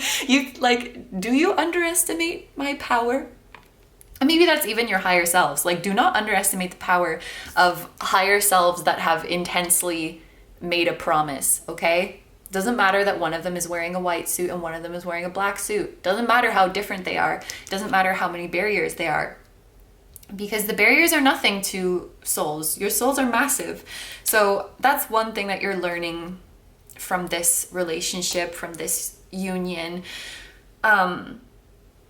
And from a more 3D and practical perspective, I think you guys just bring each other a lot of support to keep fighting when things get tough. Like, if I put it very simply, because this is just a tough time. You feel like you can't make it and you're fighting. And I think you guys give each other a lot of strength. You make each other believe in yourself, like we spoke about here. You make each other feel like you can do anything. And there's also a message in the Seven of Wands about like choosing your battles. There is a message about you guys, like, you call each other out and you help each other grow. And I think you bring a new perspective to each other. Like, things that you consider important and unimportant might be very different to what they consider important and unimportant. I'll just give an example. I'll go back to, like, if somebody has some kind of insecurity about their body or something, and then their life partner does not give two shits about bodies or about like physical appearance, and so their whole perspective is shifted, where maybe this person went through their whole life thinking that like looks are everything, or it's so important, my value is based on how I look, and then they meet this person who does not care at all about that kind of stuff, and they're like, maybe I've been putting too much importance on this. Or like, it can be anything. Like, someone put a lot of importance on money, someone put a lot of importance on like status, someone put a lot of importance on other people's opinions, and when you come together with this person who just doesn't put importance on that, you're like, what's that like? And it's cool that you have the Hanged One or the Hanged Man, because it's all about embracing different perspectives. So rather than like fighting each other on it and being like, no, you should think this is important too, it's like you open your eyes and you open your ears and you're like, tell me more.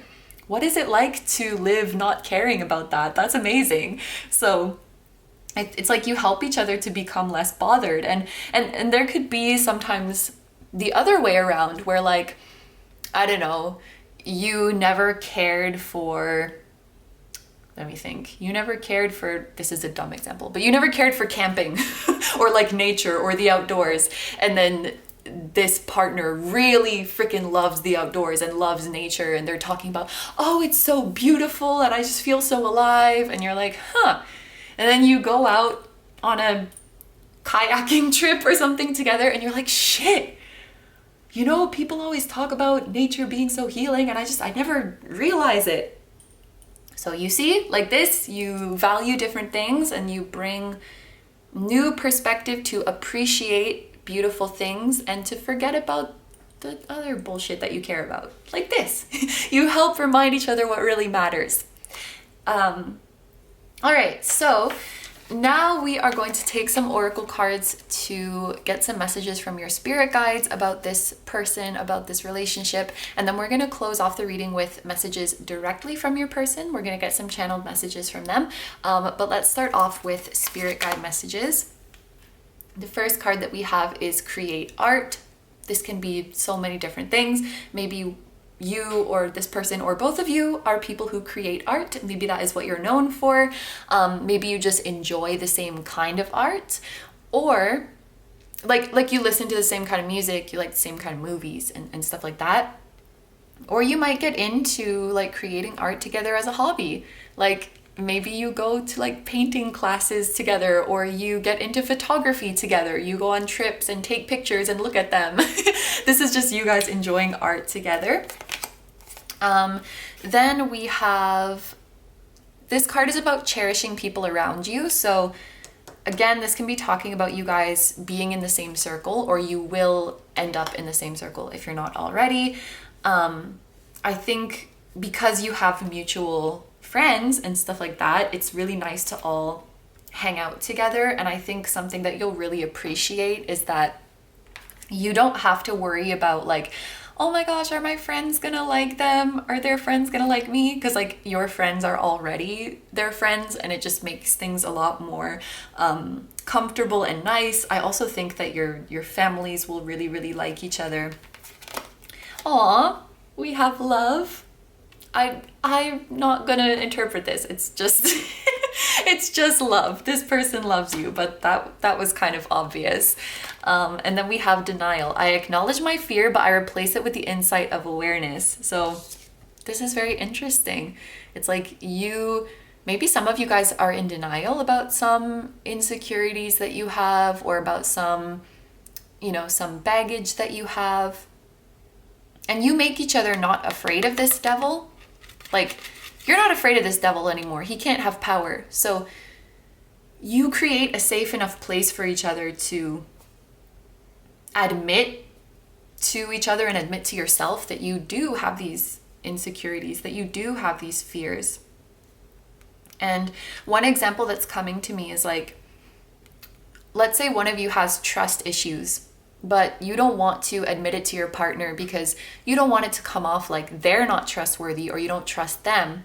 But because you're so comfortable around this person, it's like you can admit to having that fear because you know that they're not going to take it personally. You know that they're not going to try to invalidate it or be like defensive or judge you for having that fear or anything like that. Even your fears that you consider irrational, or that you consider invalid yourself, you can address them. You can address all of the shadow with this person and just sit with it and just be aware of it. And I think it's really refreshing and really relieving to not have to suppress anything or like pretend that things aren't there. That's really, really nice. Okay, so finally, we are gonna get our channeled messages from your spouse or from your life partner. Let's see, what would they like to tell you right now? And this can be from just their higher self if you're not together in the 3D yet, or it can be from their 3D self if you have united in the 3D already. Let me shuffle it this way. Your mind amazes me. So this person is very impressed by your intellect. Maybe they're very impressed by your emotional intelligence, your emotional depth. Maybe they really like your humor or your wit. You give me butterflies. That's so sweet. Butterflies might be an animal that you guys see when this person is thinking about you, when this person is missing you, when this person is telling you they love you. I want to build an empire with you. Okay, power couple.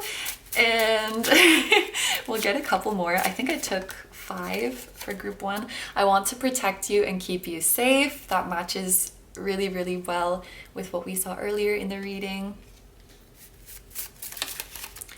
And you deserve the world. Aww. Okay, so these are all the messages that I have for you today, or that your person has for you. So we're gonna end the reading here. Thank you very, very much for letting me do this reading for you. I hope you have a wonderful day or night whenever you're watching, and I wish you all the best. Please take good care of yourself, stay healthy. Don't forget to like, comment, and subscribe if you feel like doing that. I also have a Patreon, so if you guys are interested in seeing even more exclusive pick-a-cards where you get to choose a topic, that will be linked down below too. I'm sending you lots of love, I'm sending your person lots of love, and I'm sending all of your cheeky and very powerful spirit guides lots of love. Remember to trust them. Remember that they can do so much more for you than you know. And I will see you in the next one. Thank you so much. Bye. Well, it feels weird to just say bye and not bye-bye. I guess there's a first for everything. Bye-bye. Hi, number threes. So if you guys chose the rose quartz, this is going to be a reading all about your spouse or your life partner. This little baby rose quartz is sitting nicely with the big mama rose quartz. I cannot get this Coldplay song out of my head. I mentioned in Pyle 2 a different Coldplay song, but now I have Paradise by Coldplay stuck in my head, and I don't know, I felt like sharing that with you. Maybe you guys like that song, or you would like that song if you haven't listened to it. But let's get into the reading. So I'm actually going to start off with these astro dice, which I got recently, but I've just been waiting for the perfect video to initiate them. And so I figured we use them today. We are going to use these to get our first idea of who your spouse or life partner is. So what do we got here? Okay, so for the zodiac sign, we have Capricorn coming out. And then for the planet, we have Mars. And then we have 12. So you can think of this as like the 12th house in astrology, or you can think of this as your lucky angel number that you might see repeatedly to give you signs about this connection. You can also reduce these numbers to 3. So maybe 3 is your lucky number or an angel number that you're going to see frequently when it comes to this person. Or also, did I say life path 3? I don't think I did, but life path 3 could be significant as well. And it's interesting because I think Mars is actually exalted in the sign of Capricorn. I might be wrong. I'll put a subtitle if I am wrong, but I'm pretty sure that's correct, which just means that Mars does very, very well in the sign of Capricorn. Okay, there's a couple things that are coming to my mind here. I'll just say this one first. I think that this person has a lot of sex appeal. Just with this Mars energy here, and Capricorn being related to the devil in tarot, and I think it's a thing that like Capricorns are sexy. I'm pretty sure that's a thing. But that's just something that came to me very strongly. So this person could be incredibly charming, or you just find yourself very, very drawn to them in a physical, in a sexual way. This person might make you blush a lot, or when you're first talking to them, you know, you feel all flush and you're like acting foolish around them because you're nervous and staring at the floor, and you feel like their gaze is just piercing through you. And you're all hot and bothered, all of that, all of the butterflies, all of the sparks flying. I feel this energy really, really strongly with them. And they may not even be trying to be sexy or to be hot like this, but it just naturally exudes from them. And I would also say that this person is a very, very good lover, especially to you. So that's nice. That's something to look forward to. But what I can also say with this energy is I see somebody who is highly ambitious, and I actually think that's why Mars is exalted in Capricorn, because it makes for somebody who is very ambitious, very determined, very hardworking, someone who knows what they want and gets to it and makes a plan and goes for it. I think that this person has an incredible work ethic. I think that this is somebody who has really, and this might be kind of not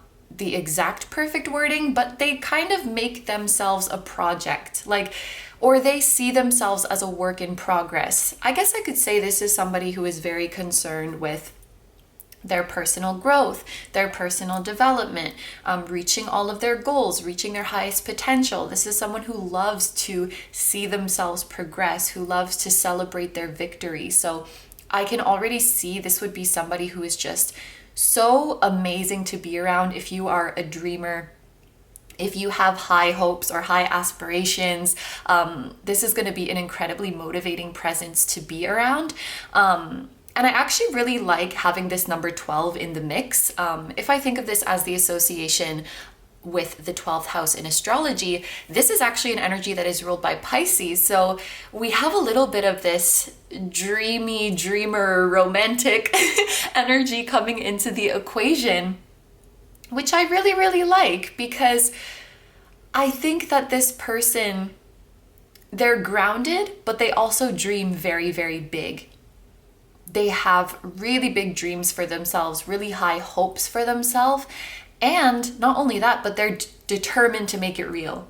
They're determined to figure out how to make it real. And I think that this person really likes a challenge.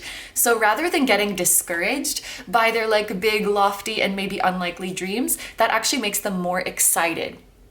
Like the more difficult something is, or the more unlikely something is, that just makes them want it even more. And that just makes them even more excited to go for it. And I think this is somebody who has a lot of self-esteem and somebody who really believes in themselves, which is just amazing, because there's a lot of things about this person that are infectious, you know? Their charm is infectious. Their sex appeal is infectious. Their motivation is infectious. The way they look at the world, like everything is possible, is infectious. I think you're going to be very, very attracted to this person, almost in a way that you can't put into words. With this 12th house energy here, there's something about your attraction to this person that is very ethereal.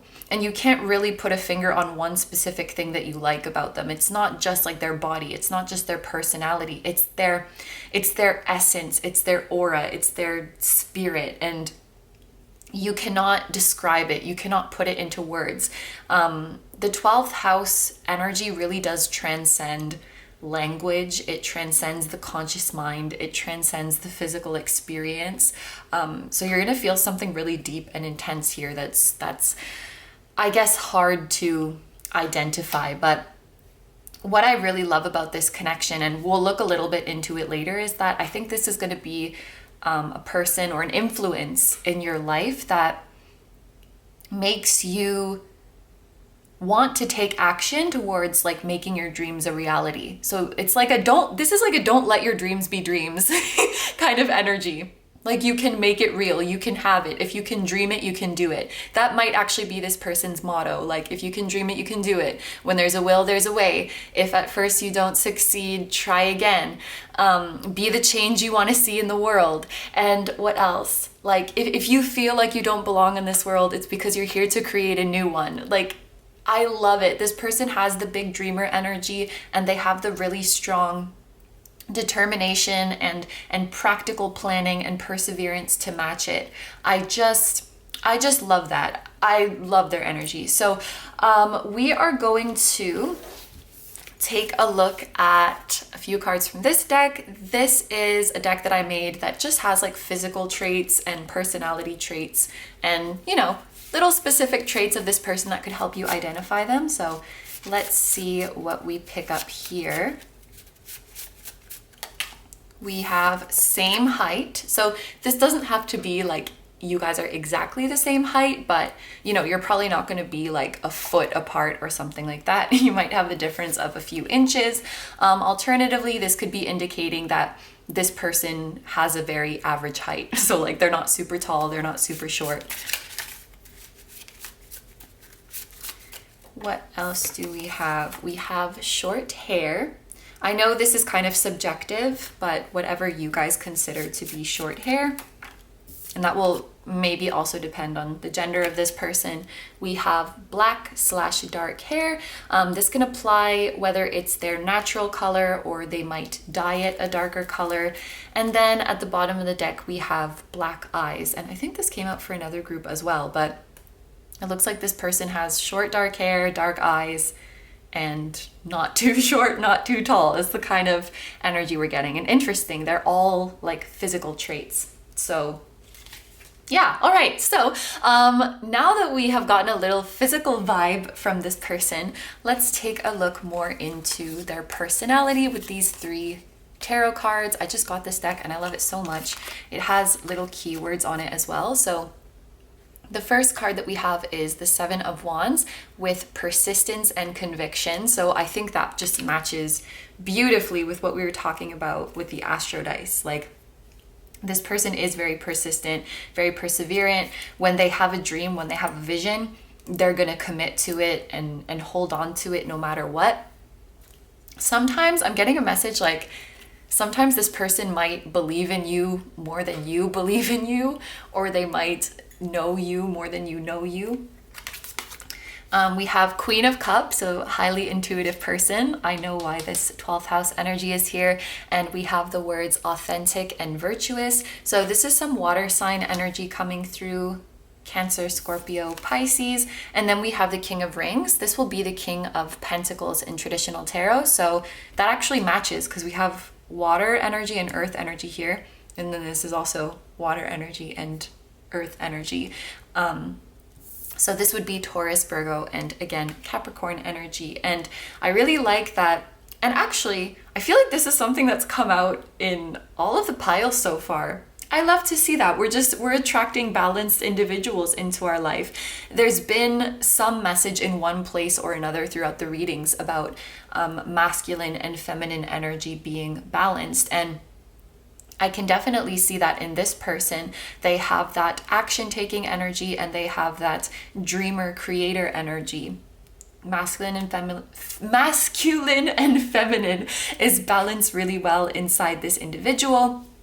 The fact that they're coming out as king and queen as well, this can be indicating that when you do meet this person, or when you met them, if you already met them, like they're already doing pretty well for themselves. They're already pretty evolved. They're already working with their full potential, very happy with themselves, in a very good place, because the king and queen are like at the top of the court cards, of course, being the royalty. And we do often see with this people who are more mature, more evolved, more developed into their highest selves. And like we saw at the beginning, this is somebody who is highly concerned and highly interested in becoming the best version of themselves that they can be. And I just want to say something here.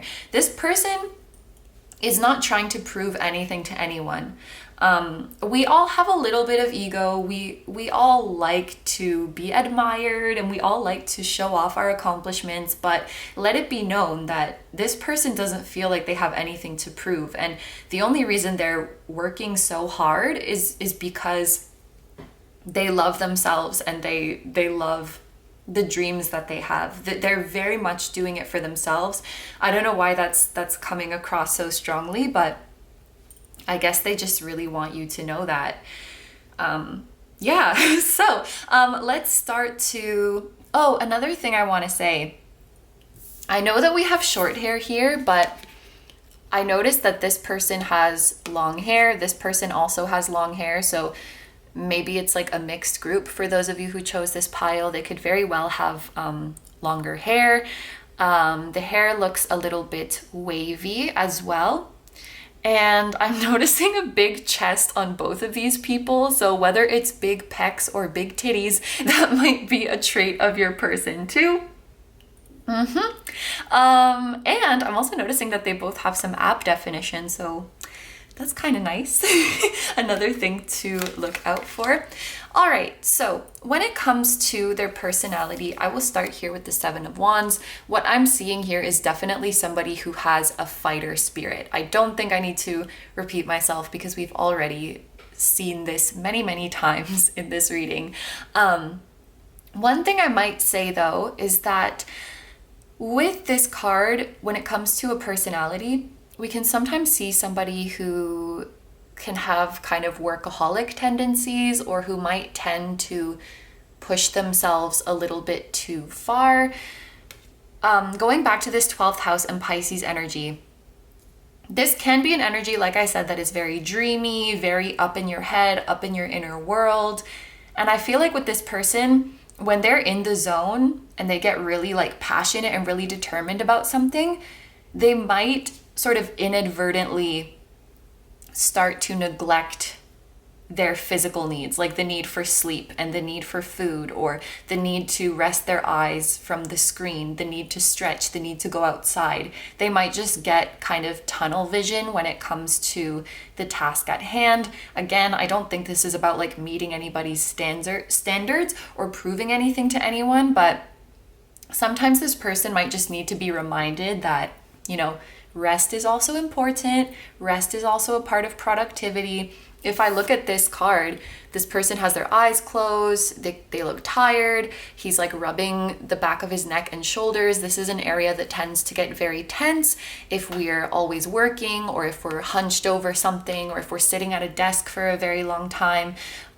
Maybe this person has very long work hours, and I think if they need your help with anything, it's like to remind them to treat themselves sometimes, remind them that self-care and rest is not a luxury, it's actually a responsibility, and it's very, very important.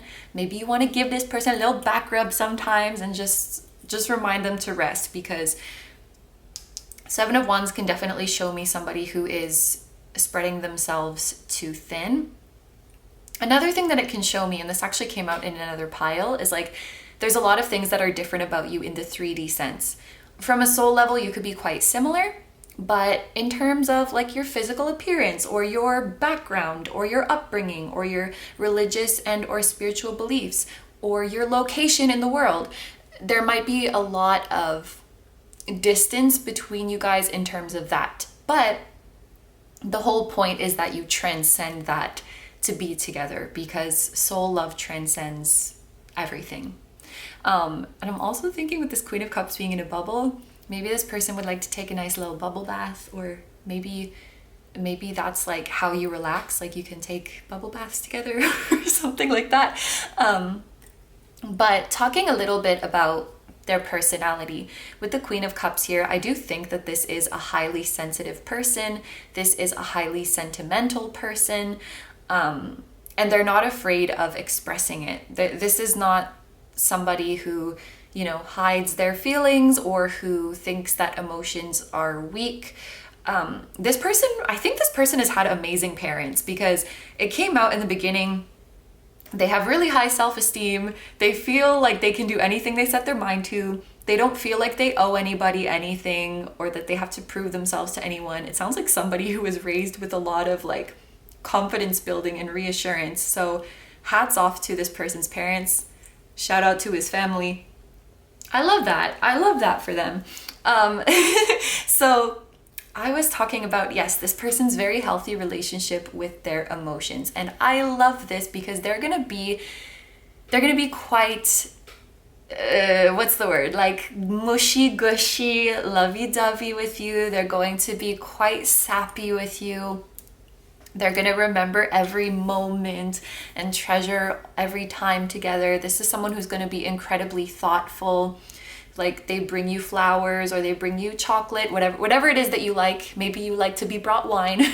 They will bring you that. They will remember all of the dates and times and everything that you need. This is somebody who is incredibly attentive. And I just noticed how sweet this is, because this person tends to become like a sponge when they really, really care about something. And we've seen an example of that, like when they're really into the project that they're doing, they just become like sucked into it. And so I think this is just a testament to how crazy they are about you, you know? The fact that they remember every little thing, the fact that they pay so much attention. They're just so crazy about you. They're just so fascinated by you, and they want to know every little nook and cranny and crack and crevice, both figuratively and literally and physically too. They would like to explore every inch of you. And this is somebody who is very, very gentle.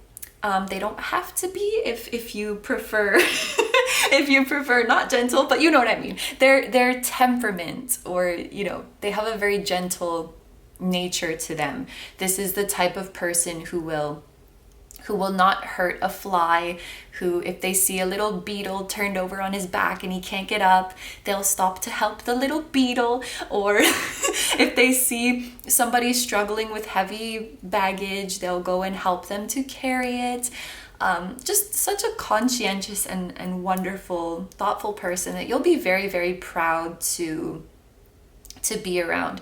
Their friends and family love them, strangers love them, and I'm sure you have this same heart of gold if you guys are a match to each other. But It's just really, really nice to see. And then over here with the King of Rings or the King of Pentacles, we have responsibility and abundance. So I love these two together because it kind of shows me somebody who not only has good money, but who is very responsible with it, who takes very good care of their finances. And the King of Pentacles does make me think of like long-term prosperity. So I think that at the time that you meet this person, like they're going to be good materially or financially for a very long time. They have planned for it. They might have like a lot of money put away for retirement or a lot of money put into investments. And, you know, I think this is somebody who spends modestly. That doesn't mean that they're like super freaking frugal, but I think that when they spend money, they want to put intention behind it, you know? Not just frivolous things, but like investing in their passions or like creating beautiful memories with you. Those are the kinds of things that merit like splurges for them, but they're definitely not, yeah, they're very, very responsible. With the 2 rings here, this can be indicative of somebody who really does want commitment, of someone who really does want the real deal. I think at the time that you meet this person, they're very much going to be in the frame of mind of like, I want to settle down, or I don't want to just be with anybody. I want to feel a really deep emotional connection. I want somebody I can trust. I want somebody I can come home to. I want somebody I can introduce to my family. I think family is very important to this person. Judging from the King of Pentacles here and judging from the good relationship with their family that I'm picking up on, obviously it's not like a deal breaker. Well, maybe it's not obvious. It's not a deal breaker. Like if their parents didn't like someone they're dating and they love the person they're dating, then that's too bad. They're not gonna like dump the person. But what I'm trying to say is that it is important to them. They would like to be with somebody that their family likes, and I'm sure that their family will love you because you have the same spirit. You have the same gentle, compassionate, warm heart of gold. And I think that's what you guys will bond over the most, is like your sensitivity, because I don't think it's necessarily that sensitivity is hard to come by in this world, but people who are openly sensitive and openly emotional and are shameless about it, I think may be a little bit hard to come by. So the fact that you guys can just open up and laugh together and cry together, and it's just going to be very beautiful. And also I think this person is highly skilled. I think of the King of Pentacles as like a master of their craft. When it comes to career, I would think of this as somebody who is more like a master of their trade rather than a jack of all trades. So they've been investing a lot of their education and training into this one thing. They've been doing it for a long time. And they're like one of the best of the best, you know? There might even be people who train under them, or a lot of people like ask for advice. How did you do it? Blah, blah, blah. Yeah, like they're the old wise master. Well, they could be young, but you know what I mean? They're like considered one of the best in what they do. So this is what I see. I also think this person is very snuggly. Yes, so this is what I see for their personality. So what we're going to look at now, we just saw the who, so we're going to see the what. So what is your relationship like? The where, so where and how, the circumstances of your meeting. The when, so any specific time frames that you guys should know about. And the why. What is your role in each other's lives? What is your purpose in each other's lives from a spiritual perspective? What are you here to experience together? I'm just gonna sip my tea. Okay.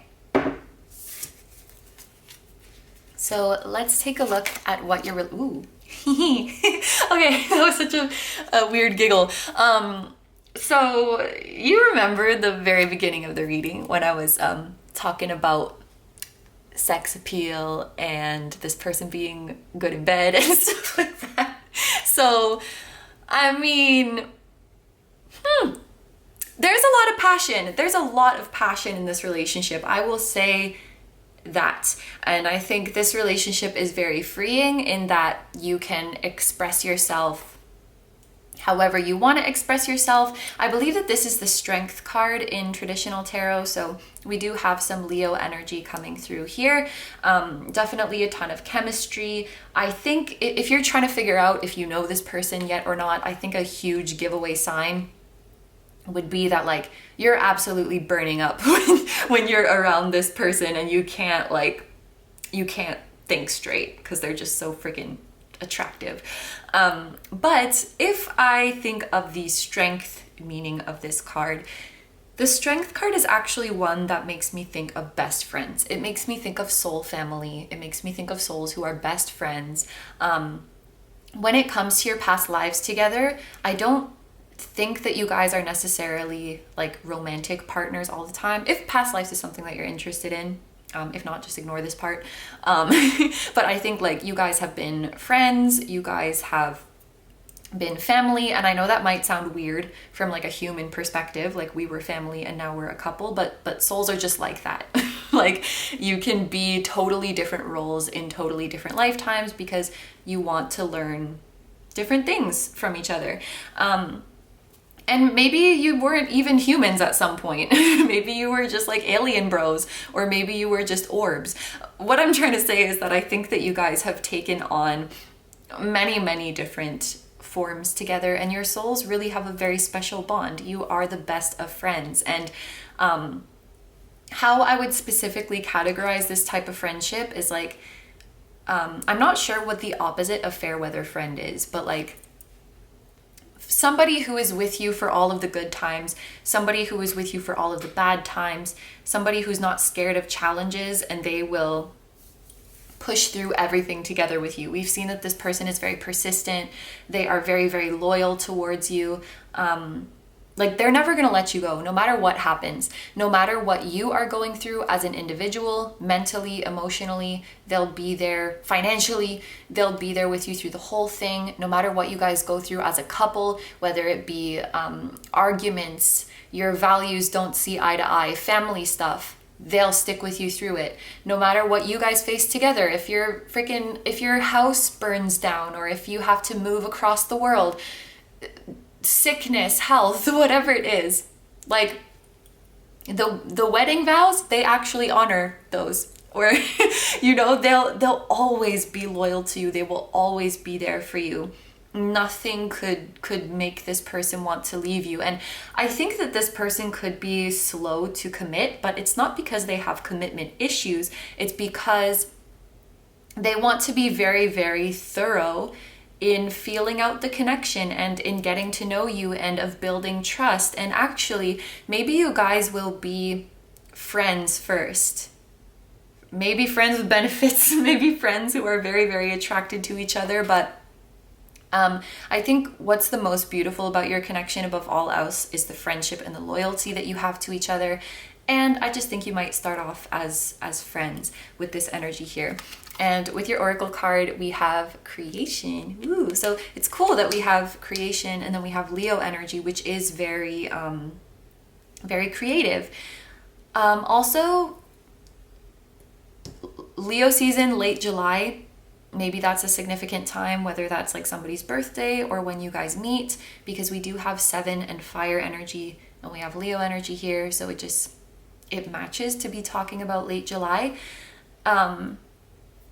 But this imagery, this is related to the crown chakra, and this makes me think of, this looks like a deity or a god who is creating something. I actually haven't seen this card before. I haven't read the guidebook for this one, so I'm just going off of my intuition. But what I can take away from this, if I put these two cards together, is that it truly feels like you guys are made for each other. You guys are designed for each other. You guys are the match made in heaven.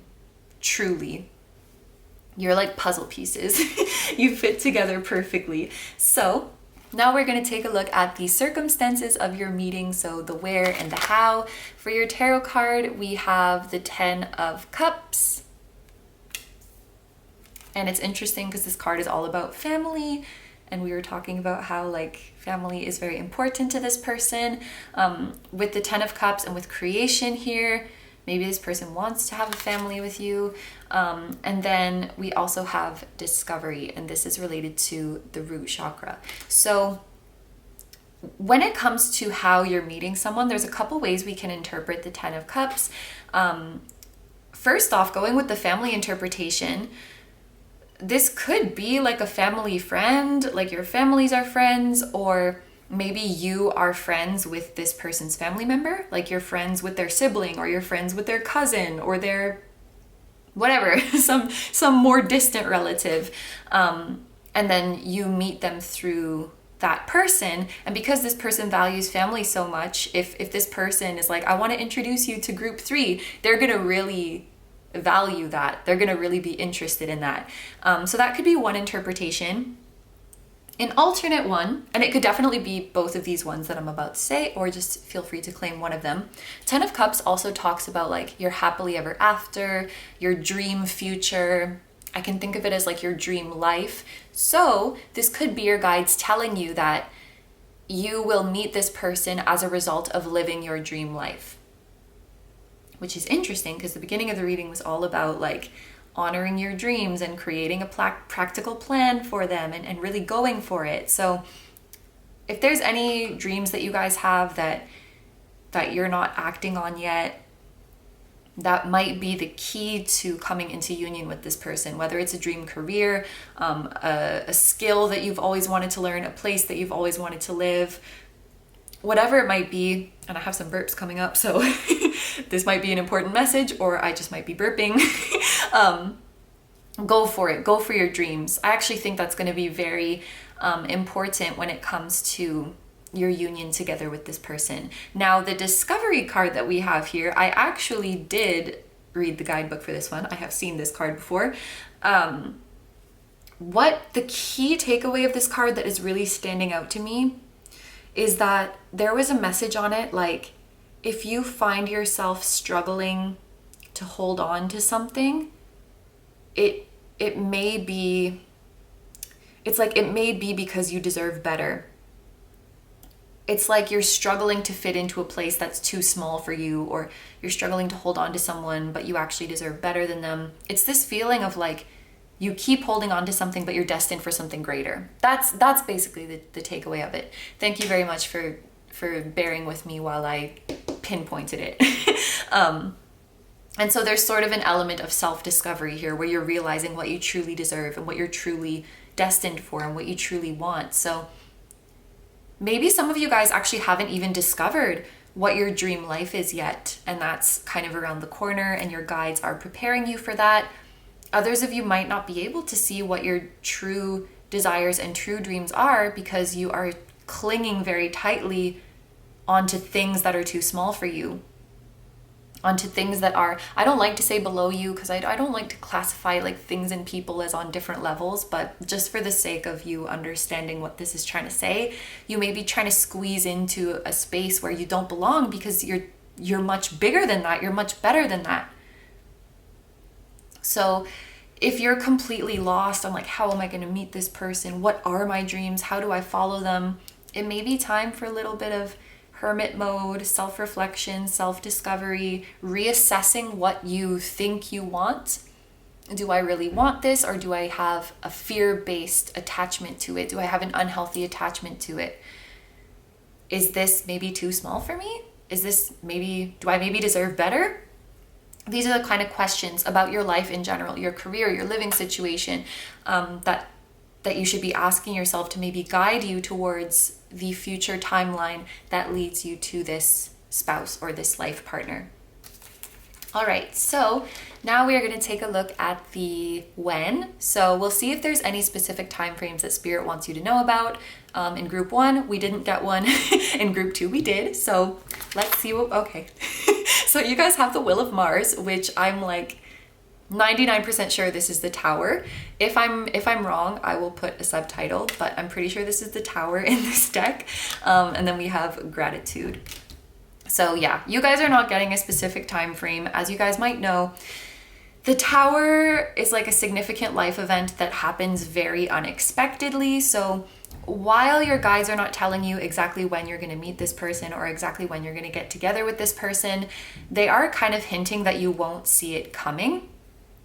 And it may feel kind of sudden, the way they pop into your life, like you were not expecting to meet them. It may even be sooner than you think, honestly, because Mars is that willpower, Mars is that conviction, and when Mars wants to get something done, he gets her done. So just be on the lookout. You never know. You never know when this person could be right around the corner. Now, this could also be indicating that there is going to be a tower moment that you go through before meeting this person.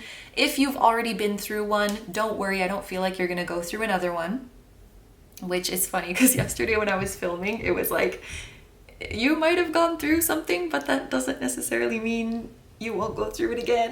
But no, for you guys, I'm really getting the feeling there's some definitive tower moment that's going to take place before this union. And if you already had a tower moment, that could actually be a sign that they are very, very close by. And just in light of what we just read with the 10 of Cups and discovery, this tower moment may be a huge ingredient for you guys discovering what you truly want and what you're truly destined for. If you're clinging on to things that don't deserve you, if you're clinging on to things that are too small for you, the will of Mars will freaking like knock you out of there. No, you're better than this. Go away, like that.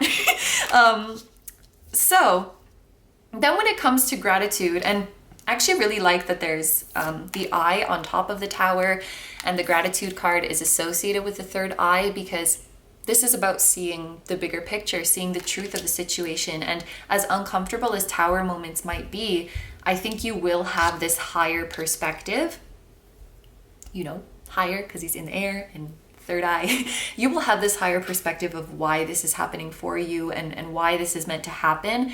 And while you may not be grateful for the tower moment while it's happening, you will be grateful for it afterwards, because you understand this was meant to lead me to my beautiful union. And looking at this pregnant person on the card, this is making me think of divine timing. So I think the reason we're not getting such a specific time frame is because there are heavy elements of divine timing here. There's other journeys that you're on, other areas of your life that are coinciding with this. And just like the term of a pregnancy, that's set in stone. Well, maybe in some special cases it's not, but you know, the term of pregnancy is 9 months, and there's not much we can do at this point to, you know, speed that up or to slow it down or whatever it might be. That's just the time that the baby needs to develop, and that's just the divine timing that we need to respect and that we need to be grateful for it. And maybe this is also your guides encouraging you to be in a place of gratitude for the wait, or even to not even see the time before meeting this person as a wait, or that you're being made to wait. If you just think of every day that's given to you as a gift to learn, a gift to better yourself, a gift to prepare, a gift to chase after your dreams. Some of you guys are feeling like every day is a wait for this person, and your guides are saying like that's not the right way to look at it. And it's almost like a waste of the precious gift that is this time. You know, this is a day of your life that has been given to you. This is a day that you're alive. This is 24 hours, you know? It's not like this is a block between you and your person. That's just maybe a mindset shift that they would like some of you guys to think about. All right, so now we are going to see the why. So this part of the reading is showing us, why are you coming into each other's lives as spouses or as life partners this time around? What do you want to teach each other? What do you want to experience together? So for your tarot card, we have the 10 of Pentacles, and oh my gosh, you guys got both the 10 of Cups and the 10 of Pentacles. I love when these two cards come out together, because the 10 of Cups for me is like total emotional fulfillment, having all of your emotional needs met, and the 10 of Pentacles is like having all of your material, all of your financial needs met. And it's so cool too, because you got the Queen of Cups and the King of Pentacles, like the ruler of cups and the ruler of pentacles. Oh my gosh, I'm so sorry if you can hear all of that banging upstairs. I think some people just came home. And and the 10 of Cups and the 10 of Pentacles. This is amazing. And looking at this card as well, like the small person getting bigger and bigger and bigger like this, I think that a big part of this lifetime is you guys growing together, is you guys expanding together. And I love that. When you embrace your dreams and when you let that desire come up to the surface, and when you make a plan for it, and when you move towards your dream and when you achieve it, that's your soul's expansion. Anytime you fulfill your desire, your soul expands a little bit more, and then it gets a new desire, and then it expands even more, like this. So your purpose in this lifetime is like expansion by virtue of or through realizing your dreams. And the 10 of Pentacles, both of these cards make me think of family. So it's either like you guys are going to birth a family together or adopt a family together, or your families are going to merge together, like the families you were born into are going to merge together, sorry, and become one big happy family. This also makes me think of like building an empire. I feel like you guys are going to be very, very well off financially. This person has been planning for a very prosperous future.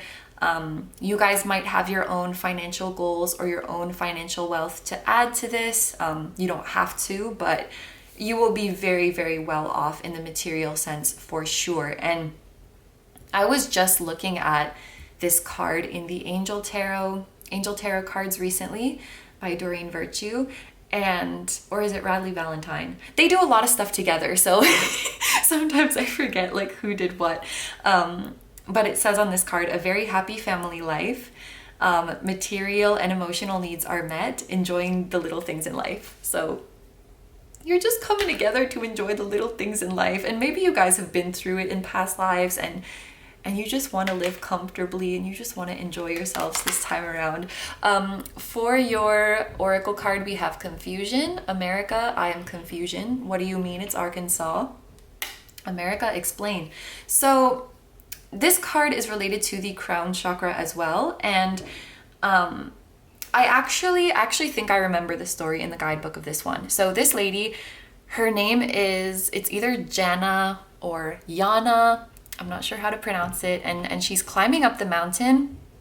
And then this cloud of confusion is like enveloped around her so that she can't see it. And she keeps walking and she keeps walking up the mountain. And then when the cloud dissipates, she realizes how high up she's climbed. When the cloud clears, she sees the town below her and she's like, holy shit, I can't believe that I climbed this high.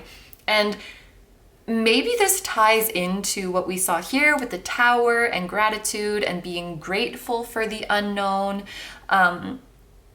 Maybe some of you guys are in this place where it's like, if I'm being honest, I think you still have quite a ways before you end up with this person or before you meet this person if you haven't already. Like there's some major significant life changes that you're going through.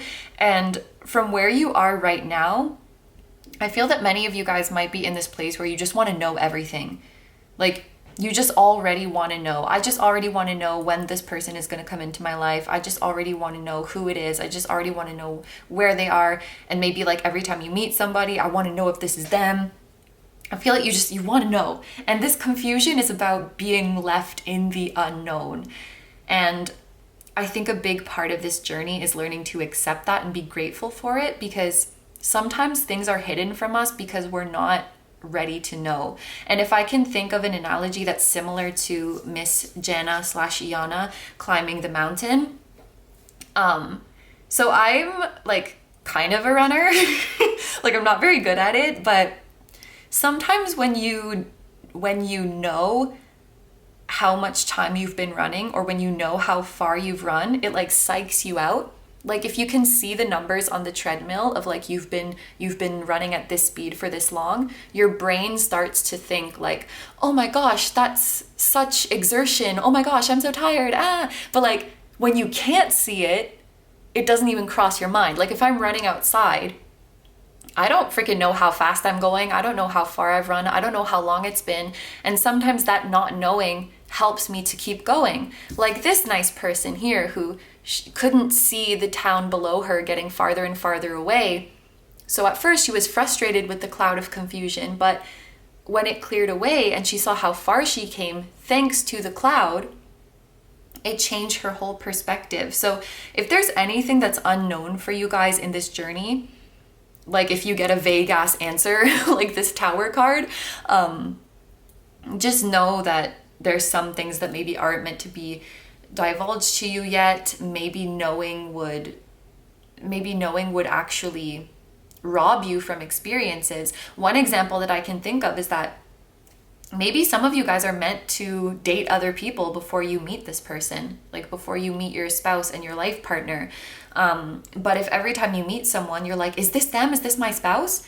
And your guides tell you no, maybe that's gonna like make you not want to date that person, when in reality it's a very valuable experience for you and you're meant to learn things from that person before you move on and eventually end up with your spouse. It's like you want it all to be known and you want it all to be finished already. And it's okay, like that's just our human nature. We want to know things, especially when we have such a cool tool like divination tools to give us the answers. We get a little bit greedy and we get very nosy.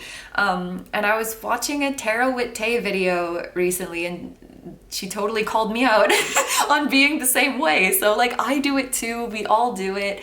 But I think that what you're learning in this connection and in this journey is that sometimes unknowns are for the best. Sometimes you should be grateful for not knowing. Sometimes you want things to be a surprise. These are kind of two separate messages the way I'm seeing it, but that's what we have. So now we are going to take a look at a few oracle cards. This is going to be messages from your spirit guides about this connection, and then we're going to close off the reading with direct messages directly from this person. So channeled messages from your spouse. So from your guides, we have energy work. So this may be, and we have the number 22. That might be an important number for you guys. Some of your spirit guides might be calling on you to do energy work. Maybe this is actually going to help you with what we were just talking about, with like being okay in the present moment, being okay with the unknown. The chakras that we do have here are the root, the third eye, and the crown. These might be ones that you want to focus on. And this can also be when it comes to your partnership, talking about the fact that you guys balance out each other's energy really, really nicely. We have, this says like, if you wish for it strongly, it will come true. So that's definitely your person coming through, because this is totally how they view the world. This is totally how they view life. Like when there's a will, there's a way. I feel like I totally said that earlier. If you want something bad enough, you'll find a way to make it happen. So this is their higher self coming through to you. And this could also be your guides. Like, maybe some of you guys are worried whether this person is going to come or not. And maybe that's why you want to know so many details. Like just to make sure they're really out there, just to make sure my guides and I are on the same page and this is actually coming. This can very well be your guides saying like, we hear you. We know how much you want this and we wouldn't lie to you. We wouldn't trick you. Like we're coming through to tell you that this is here for you. And they know what it's like. They know what it's like to be human and to ask for so many details and ask for so much confirmation. We just want to be sure. You know, sometimes it's a little hard and we just want to be sure. So again, this is not coming from a place of judgment, but actually they're very, very patient and they're confirming to you for the however many time. If you wish for it strongly, which you do, and we see that, then it's coming. It's coming right up. We got you. You want it, you got it. We have individuality with the number 11. So it's kind of cool that we have number 22 and number 11 here. So when it comes to your relationship with this person, we've seen kind of the potential for your lives to merge together. Like maybe you are creating things together, your families are coming together. But what's really nice about this energy, and it's cool, like there's 2 here, there's 1 here. Like yes, you are twosome, you are partners, you are a unit as a couple. But I think in this relationship, you still very much keep your own sense of self and your own individuality, like, you know, your own hobbies, your own interests, your own social life, maybe even your own space, your own alone time. Like, you still really keep to yourself and keep your own essence, I guess is a way I could put it. And again, this can also be a message from your guides, especially given what we just saw here and given this like self-discovery card. They may be really encouraging you to focus on yourself right now.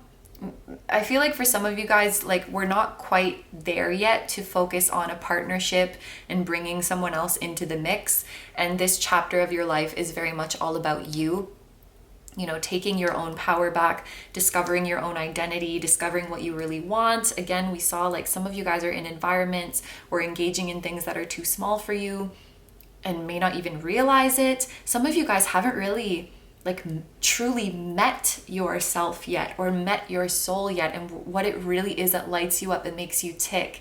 And if you think that it's this spouse or this person that is going to light you up and make you tick, they're saying that's not a very accurate or fair way of thinking. Like, you're your own person outside of this connection, and they want you to find what lights your heart up, like just for yourself. You know, like this person, they're like, I'm doing it for me. I'm doing it for my own passion. You know, find a journey and do it for you, you know, not for any partner, not for your guides either, not for anyone else, just for you. And then the last oracle card that we have is regret. I know that I cannot change the past. Honestly, I am not very sure about this one. It may just be an additional message for you guys to focus on the present, to not worry about the past, to not worry about the future, and focus on the present. Maybe you or your life partner has some things in their past that they feel kind of ashamed of, like some mistakes that you made in the past. But that will not be judged in this relationship. I'm not sure about that. Obviously, if you have something like that, you will know, but interesting. So we are going to finish off this reading now with channeled messages directly from this person. Woo! So we have, you are my greatest blessing, which came out really freaking quickly. So obviously this person wants you to know how precious they find you and how you're like number one for them. Like, nobody could ever replace you. I don't know why I'm being shown this, but there was this picture that was going around on the internet at some point, and I don't know if it was real or not, but it was like this kid wrote a Mother's Day card to their mother, and they wrote like, "You're the best mom in the world. If I had a different mom, I would," it's so bad, "I would punch her in the face and go find you." Why are you making me say this? But like, I'm not saying they're gonna punch anyone in the face, but it's like, if they don't want anybody else but you, and if they ended up with anyone else, they'd be like, no, and they would run away and find you. Like, if this person went to like a draw, I will draw your soulmate psychic, and they drew somebody who was not you, they would reject that shit so hard. And even if this person found out that you're not their soulmate or their twin or whatever it is, they don't care. They don't care about that stuff. They're just determined to be with you.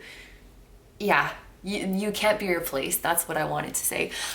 We also have, oh, I didn't know. And sorry, it's so cringy for me to be like oohing and ahhing at the shit that I wrote myself, but I didn't know what love was until I met you. This is probably talking about romantic love, because I do feel like this person has very good platonic love in their life.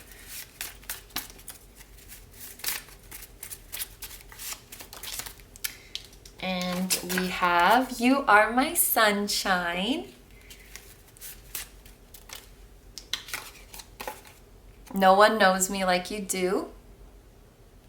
And at the bottom, yeah, exactly. I'll be by your side forever. And this is exactly what we talked about with this strength card, or lust as it's called in this deck. Nothing could ever make them leave you. Nothing could ever make them change their mind about you. Nothing in your past, nothing in your present, nothing that could happen in the future. Nothing could change how they feel about you. This could also just be a general message of like, let's live our life to the fullest. Let's live our life with no regrets. Oh my gosh, whew. I got like chills at the end of this reading. So these are all the messages I have for you guys, so I'm going to end the reading here. Thank you very, very much for letting me do this reading for you. I hope you have a wonderful day or night whenever you're watching, and I wish you all the best. Please take good care of yourself, stay healthy. Don't forget to like, comment, and subscribe if you feel like doing that. I also have a Patreon, so if you guys are interested in seeing even more exclusive pick-a-cards where you get to choose the topic, that will be linked down below too. I'm sending you lots of love, I am sending your person lots of love, and I'm sending all of your spirit guides, both yours and theirs, lots of love, and I will see you in the next one. Bye-bye! Hi number 4s, so if you guys chose the Labradorite, this is going to be a reading all about your spouse or your life partner. I'm trying to make the light shine on this nicely because Labradorite has all of these beautiful like bluey, there she is. It has all of these beautiful hues that are kind of hidden underneath the surface when the light hits it in just the right way, and I wanted to make sure that you guys saw that. There is a message coming through even before we get into the reading. I feel this overwhelming care and concern for you. I think that your life partner has a very strong, caring and nurturing energy in general, but especially when it comes to you. And regardless of whether this person knows you yet or not, they just hope that you're out there and that you're okay and that you're taking care of yourself. They hope that you're resting well. They hope that you're eating well. And they hope that you're not being too hard on yourself. There's a message that they hope you're taking small steps and they hope that you're taking things in moderation. And I guess the best way I could interpret this is like, if you guys are putting in efforts to be more productive, or putting in efforts into an exercise plan, or you're trying to eat healthier or something like that, they hope that you're not like biting off too much and wearing yourself down. They just want you to take it easy and be easy on yourself. That's like the overwhelming message that is coming through because you're just so precious to them. And again, that's whether they know you in the 3D yet or not. They just hope that you're out there somewhere and that you're doing well and being gentle with yourself. They just want you to have gentle and loving treatment. Okay, so we are going to start off this reading with the Astro dice. I'm using them for the first time in this video, and this is going to give us the first hint of the traits of your person. So let's see what we got here. Okay, so for the zodiac sign, we have Sagittarius coming through, and it's kind of late for me to be mentioning this. I think that I didn't mention it in the other piles, but while this could very well be one of the astrological placements of your person, I'm more just using this as like a cue for me to read their energy. Then for the planet, we have Saturn. And for the number, we have 4. So this can be talking about the 4th house in astrology, or it could be talking about life path 4, or it could be just a number that is significant to you. Maybe this is a number that you're going to see repeated when the union is close with this person, or a number that you have been seeing repeated, and this is to let you know that it has something to do with this person. So we'll take a look at these one by one. I'm going to start with this Sagittarius energy. The first thing that is coming to me is that this person wants to experience everything that they can in this lifetime. I'm getting the feeling of somebody who is adventurous, somebody who is spontaneous, somebody who loves trying new things, somebody who loves learning new things. This is someone who has a ton of different interests and a ton of different hobbies, and they will listen to anybody who has something to say to them. I guess the way I could describe it better is that this person truly believes that everybody could be a teacher to them, and that we can get along with anybody if we just take the time to hear them out and understand them.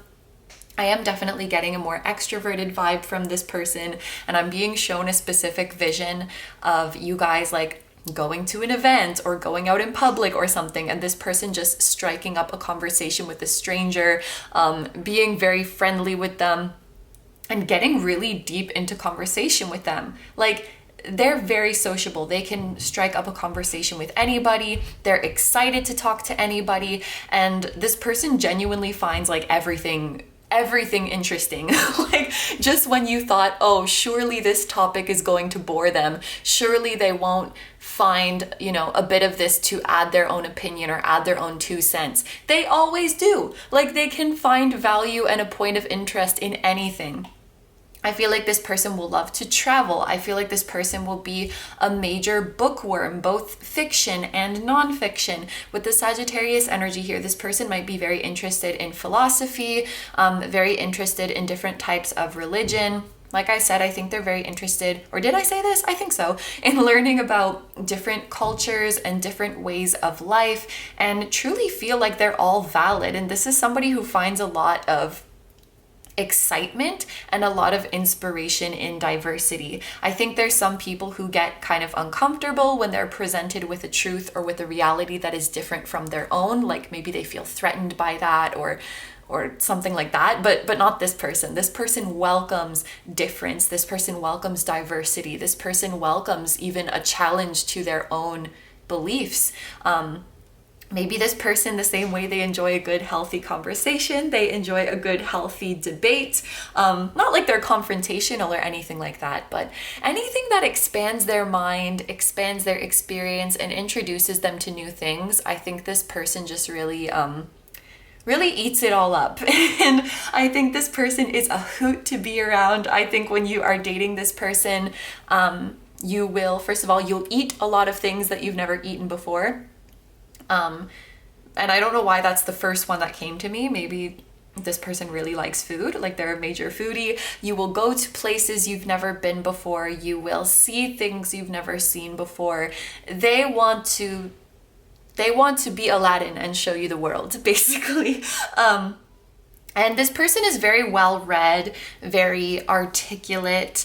They're highly educated, but I don't know if it could be from school, honestly. It could be from like a formal institution, but I think they also are just very good listeners. And the mentality that they have, that everybody has something to teach them, and they're not so quick to judge like what is right or wrong, I think that has made them very, very wise and very well-rounded. I think that this person might have parents who are like, from completely different worlds. Like, maybe their parents are from different countries, raised in very different backgrounds, raised with different beliefs. And so they're kind of used to having like a diverse household. They're used to growing up in a this and that or our true sort of environment. And they might not really understand this kind of small-mindedness that many people have, or why are people so dead set on slapping labels on things and calling it a day and just jumping to conclusions. Like, why don't we see this diversity as something exciting to explore? I think this person finds a lot of joy in like worlds meeting and worlds colliding and people celebrating their differences. Wow, that's really, really nice. So this person, they're ambitious, but they're not competitive. That's how it's coming through. Or maybe the right way to say this is that they're not competitive with others, but they are maybe competitive with their own self. So this is not somebody who's concerned with being better than other people, but they would like to be, better than the version of themselves than they were like last year or a couple years ago. They like to see their own growth and their own progress. I really, really think, like I said, this is not the type to compare their journey with others' journey, especially considering the fact that they so much appreciate and embrace that everyone is different. I think this person really just like minds their own business and like stays in their lane. They're very much like, I'm gonna do me and you do you type of person. What I see with the 4 here, if I'm thinking of the 4th house, and this is kind of making me a little bit emotional. It's like, as much as this person celebrates new experiences and different experiences, I feel like there's still a little part in this person's heart that is longing for like a fixed place to call home, is longing for a place where they can truly rest and truly feel comfortable. And it's just coming across to me like maybe they haven't had that yet in their life. Maybe they feel like they haven't really found their tribe. They haven't really found their safe haven. They haven't really found a place where they fully belong and feel fully accepted. And I think this person likes to put on a brave face and show themselves as very like optimistic and happy-go-lucky. But I think when people are judgmental or small-minded or hateful, it gets to them a lot more than they might show. And I think there's a part deep within them that is like, why are people so mean?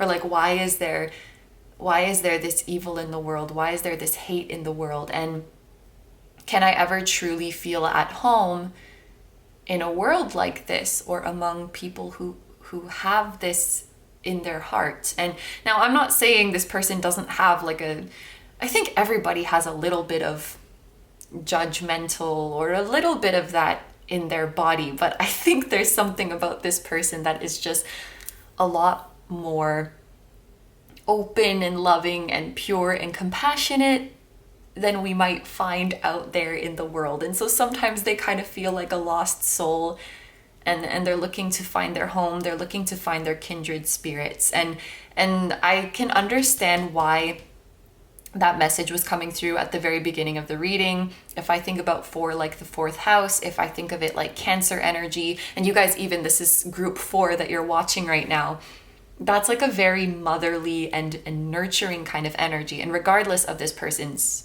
gender identity, I feel like they have some kind of, well, I don't even know if you need to say maternal, but like nurturing instinct. They really want to care for someone. They really want to nurture someone. They really want to protect someone.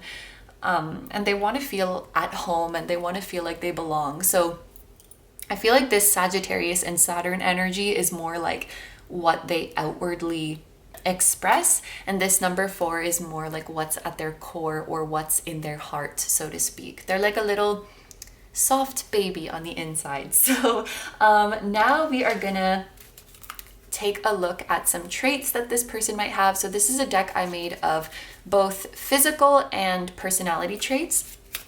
So we'll see if there's anything specific that will stand out about this person and that will help you identify them. So first we have fashion. I think this came out for another pile as well. So you might really like their fashion, or they could be like in the work of fashion. What would you say? You know, like a fashion designer or a photographer or a model or something like that. We have dyed or colorful hair. So this could be what they have when you meet them, or maybe they show you pictures of themselves from their past where they had super crazy hair, and that's like something that you guys laugh about. We have thick. Maybe that's regarding their hair, like they have thick hair. When I wrote this, I was thinking about like, you know, a thick body. That could be muscular, that could be curvy, that could just be they're a bigger person. And then we have younger. So this person could be younger than you, or they could be very youthful, like a kid at heart kind of energy. Or in their field or at their level of success, they could be somebody who is like they have a lot of success for their age.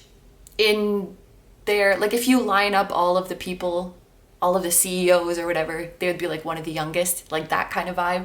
I don't know why that was so hard for me to explain, but there might be something that they have achieved or experienced that most people would get there at an older age. So their youth is like impressive. Yes?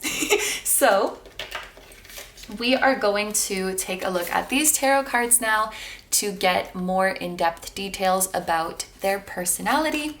So the first card that we have is the Moon, and we have some Pisces energy coming through here. And the key words are intuition and illusion. We have the Three of Cups with compassion and happiness. I love that. And we have the 10 of Rings with culmination and satisfaction. And so in the traditional tarot, this would be the 10 of Pentacles. So this person, whether they realize it or not, I do think that this person is highly psychic. Maybe this is something that they're going to be discovering or delving into a little bit deeper after they meet you. I feel like right now, where they're at in their life, they might be shut off from these abilities, either because they are so busy or because they dismiss them. And if they're at a place in their life where they're maybe just a little bit more preoccupied, a little bit more anxious, this side of them could be kind of blocked out. I also think that this person is very, very sensitive. We were picking up on that a little bit with the number 4 here. This is a card that is generally linked with Pisces, like I said, but because it's the moon, I am feeling strong Cancer energy as well. This person, like I said, they like to eat a lot, and I also think they like to sleep a lot. They could be very cuddly. They might be very cute when they're sleeping. Like they have a very cute face when they're sleeping, or they sleep in a cute position, or they need very particular circumstances to sleep. Like they need white noise, and they need the thermostat to be at a certain temperature, and they need like one leg in and one leg out. Something kind of specific like that is coming to me. I keep forgetting what I've said already. I think I'm spacing out a little bit, but if I haven't said it already, I also want to say that this person is very, very snuggly. I think they are not a morning person. I think it would take them some time to get up and like get the gears in their head turning in the morning. And I think this is somebody who has a very, very vivid imagination such that they can escape easily. That's the way it's coming to me. So if they're listening to music, they can be like transported to another world. Or we mentioned before that this person is a huge bookworm. If they're reading a book, they can literally be like transported to that world. And I'm actually being told that this person astral projects very often, but they might not realize that that's what they're doing. They might just think like, oh, I had a very vivid dream. And they're also constantly talking to their spirit guides and probably talking to you as well in their dreams. Like they're totally connecting with you already. I just feel like they don't realize it. And very often with the moon, I do see someone who is highly intuitive but kind of doubts it, or is, shutting out that part of themselves. And I think that's what we have going on here. I want to also mention the lobster, and this is not the first time I've mentioned this reference in a video, but in the TV show Friends, Rachel and Ross, 2 of the main characters, are each other's lobster because they mate for life. And there's this character Phoebe who says you can see the old lobsters walking around the tank holding their claws, but basically, the lobster is your loyal companion who will never leave you. They are here for life. And I just realized the lobster can also be a metaphor for this person having a hard shell on the exterior, but being very, very soft on the inside. And when I say they have a hard shell, it's not that they're like mean or intimidating or something like that, but they don't show really their sensitive or their vulnerable side. They just come across as like, ooh, I'm so happy-go-lucky, I'm so cheerful. And I think that's why this 3 of Cups is here, because this is a very light-hearted card. I wonder if they, in their earlier life, spent a lot of time in environments where negative emotions were not validated, or there was no space for negative emotions. Like you just had to put on a brave face and be happy. Maybe that's what this person used to make friends. Like they use their charm and they use their sense of humor and, their inherent interestingness. And that's what like got them friends. That's what got them acceptance. When they showed their soft, sensitive, artistic side, that wasn't really valued so much, so they kind of just like shut that out. I do think their compassion is real, and I do think their genuine love and interest for others is real, but I do think they're a little bit selective with like what they push outward and what they banish to the shadows, which is it makes me a little bit sad when I read this, and I hope that this person will find a way to integrate all of this, because there's space for all of this in who they are and who they show to the world, and all of it deserves to be seen and loved. And as much as this person loves reading, I think this person also loves writing. Like, it's just natural. They read so many books and they love them. They love the place it takes them to. So they want to try their hand at writing themselves. Whether that's writing like fiction stories, or they want to write a book about, maybe they're writing an autobiography. Maybe they're writing a nonfiction or self-help book, or maybe they're writing song lyrics, or maybe they're writing a screenplay. I have this image of them writing and writing like pages and pages and pages. But a lot of it is not shown to people. A lot of it is not released to people. And they may be kind of a hard critic on themselves when it comes to that. Moving on here with the Ten of Rings or the Ten of Pentacles, this is definitely going to be someone who is committed, somebody who is in it for the long term. Like I said, this person dreams of finding their home. This person dreams of finding their forever person. I don't know if they believe in like soulmates and stuff like that, but what I can tell you for sure is they know that finding someone you resonate with deeply doesn't happen every day. And if they find someone that they can truly resonate with, like, they will treasure the shit out of that. Like, they will never let you go. And I just even noticed that this lobster, it looks like it's either holding a diamond or reaching out to a diamond. We can think of this as like an engagement ring. I do feel like this person dreams about getting married or about finding their life partner. I think this person is very, very romantic. I'm being told that this person will spoil you. Like we kind of saw earlier, they'll wine and dine you. They'll take you out to all kinds of exciting places. But remember to honor their cozy side too. And if you guys have a cozy side, that's even better. Because this person, as much as they love to adventure, they also love to sleep and snuggle and just be low key, like a house cat or something like that. Maybe this person was a cat in another life. No, but they're too friendly to be a cat. Well, my cat Baffy is very, very friendly.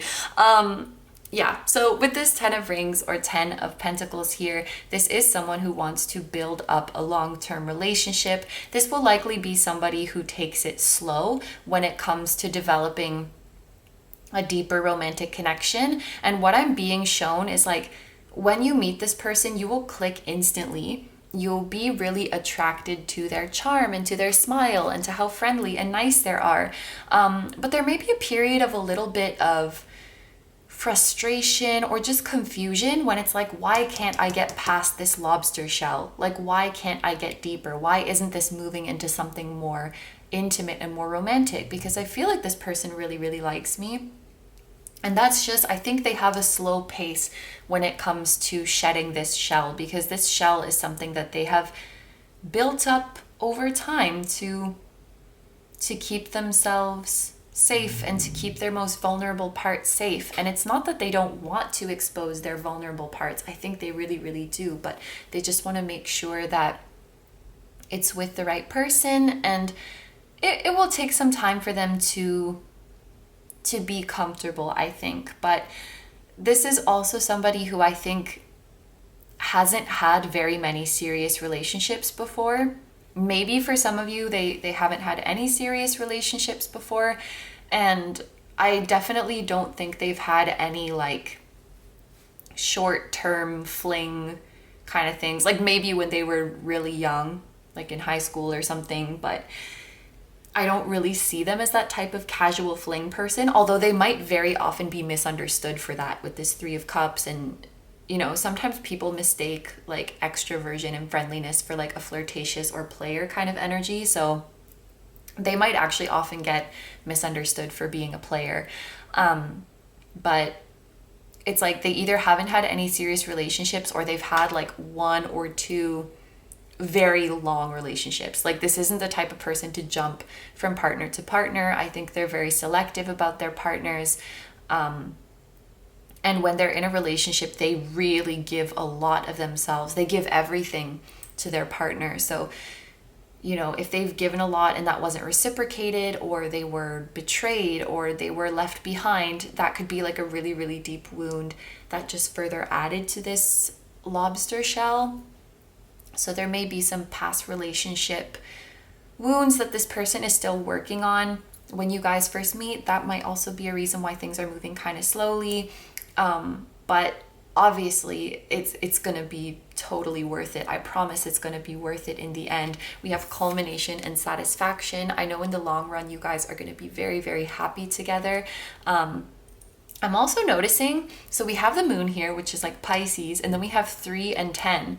So like March 10, like 3 being March, is a day in Pisces season. So maybe that's like an important date for you guys, a birthday, an anniversary, the day you meet, something like that. Maybe that's just for like 2 of you watching, but March 10th, keep that date in mind. Maybe you're gonna receive a really important synchronicity on March 10th or something like that. But this is what I see for the who of your future partner. So, for your future life partner, I should say. Now that we've seen the who, we are going to see the what. So what is your relationship like? The where, how and where, the circumstances of your meeting, the when, any important time frames that your guides want you to know about, and the why. So this time around in this incarnation, why did you come into each other's lives? Why did you choose to be life partners like this? What are you going to learn from each other? What are you going to experience together? And everything like that. So for the what is your relationship like? We have the Ace of Swords and we have grief here.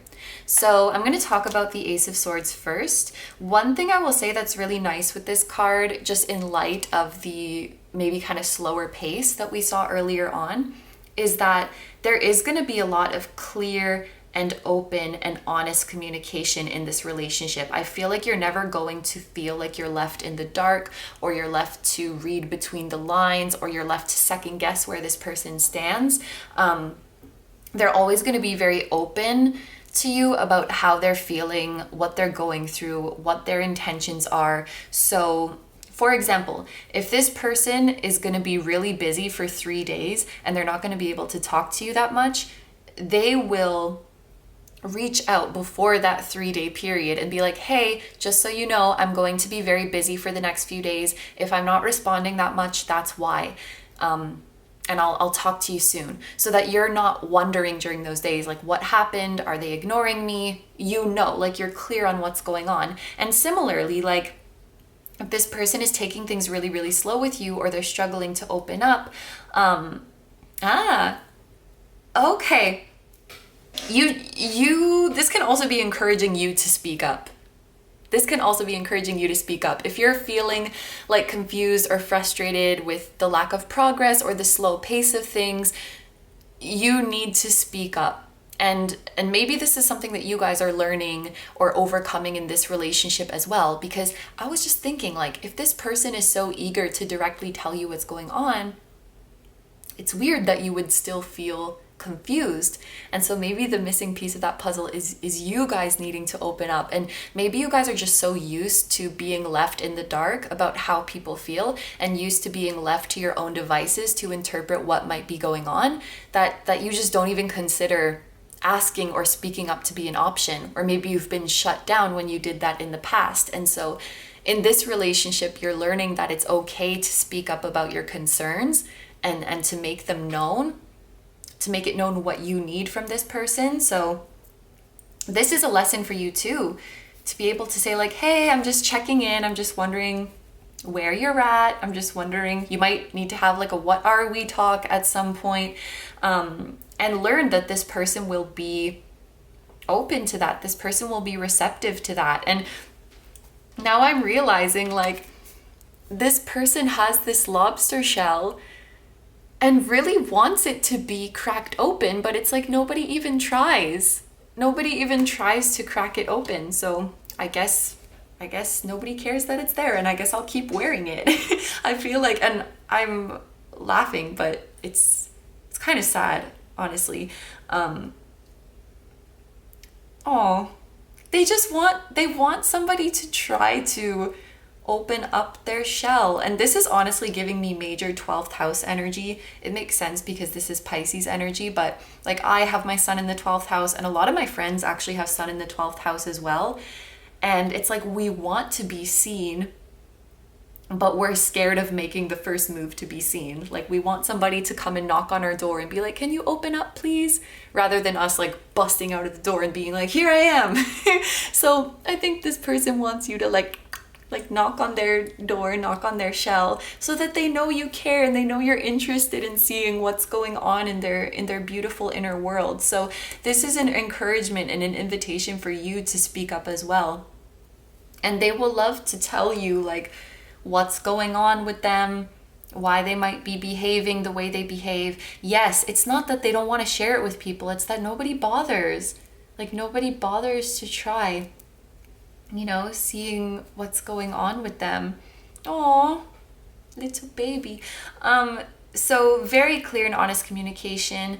And here we have the message of grief with the heart chakra. So I can definitely see how this ties in with actually both of you may be feeling a lot of sadness in your past relationships when you're not reached out to in the way you want to be reached out to, and you're not heard in the way that you want to be heard.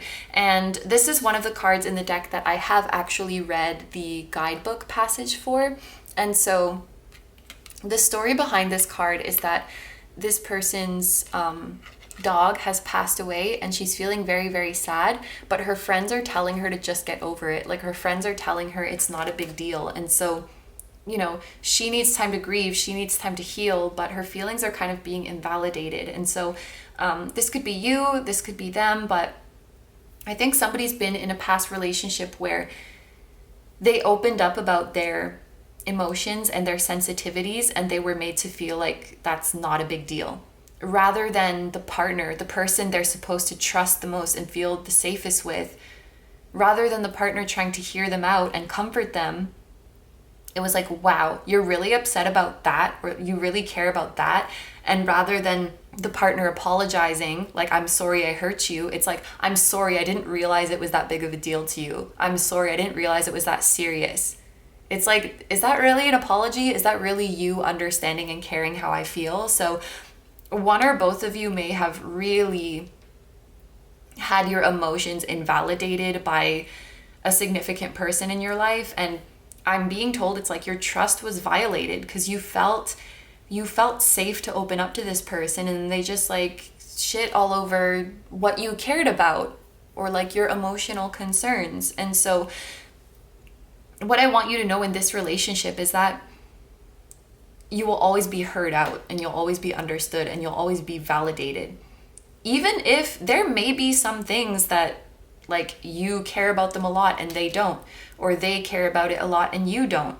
But when you come to this person and you say, I'm really upset about this, or I'm really worried about this, even if they're not worried about it or they don't think it's a big deal, that doesn't mean that it's invalid, because your experience of it is just as important.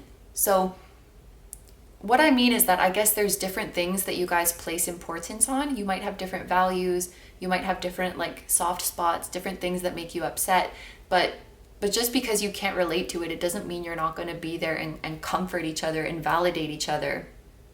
You know, like, why would you do that to somebody that you care about? Like, oh, you're upset about that? Like, why?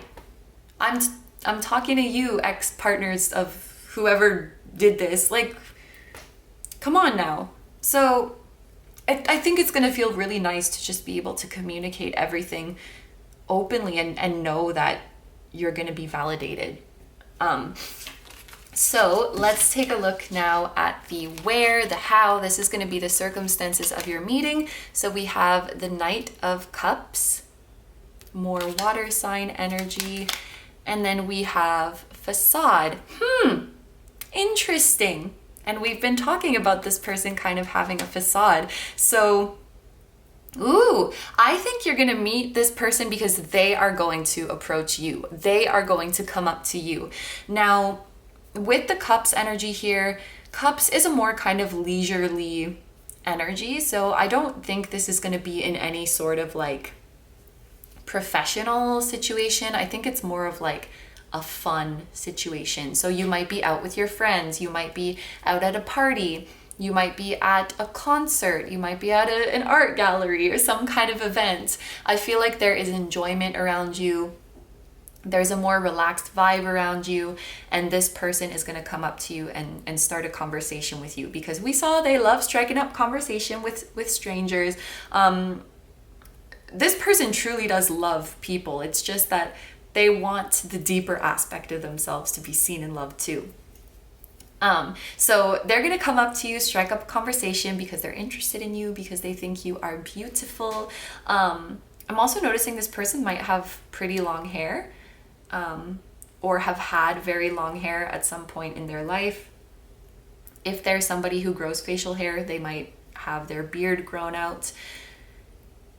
But when they approach you, they might still be operating from their more like, you know, charming persona, or from their Three of Cups persona. You know, they're not going to come up like their little snuggly soft self. They're going to come up like, hey, I don't know what that voice is, but like, you know, the super cool, upbeat, happy-go-lucky. And I shouldn't call it a persona because it is a very real part of them, but that's the version of them that they're going to approach you with. That's the version of them that I think they're going to keep up for a while. And then once you get to talking more, that's when the really soft baby starts to come out more and more and more, and you get to know them like that more and more.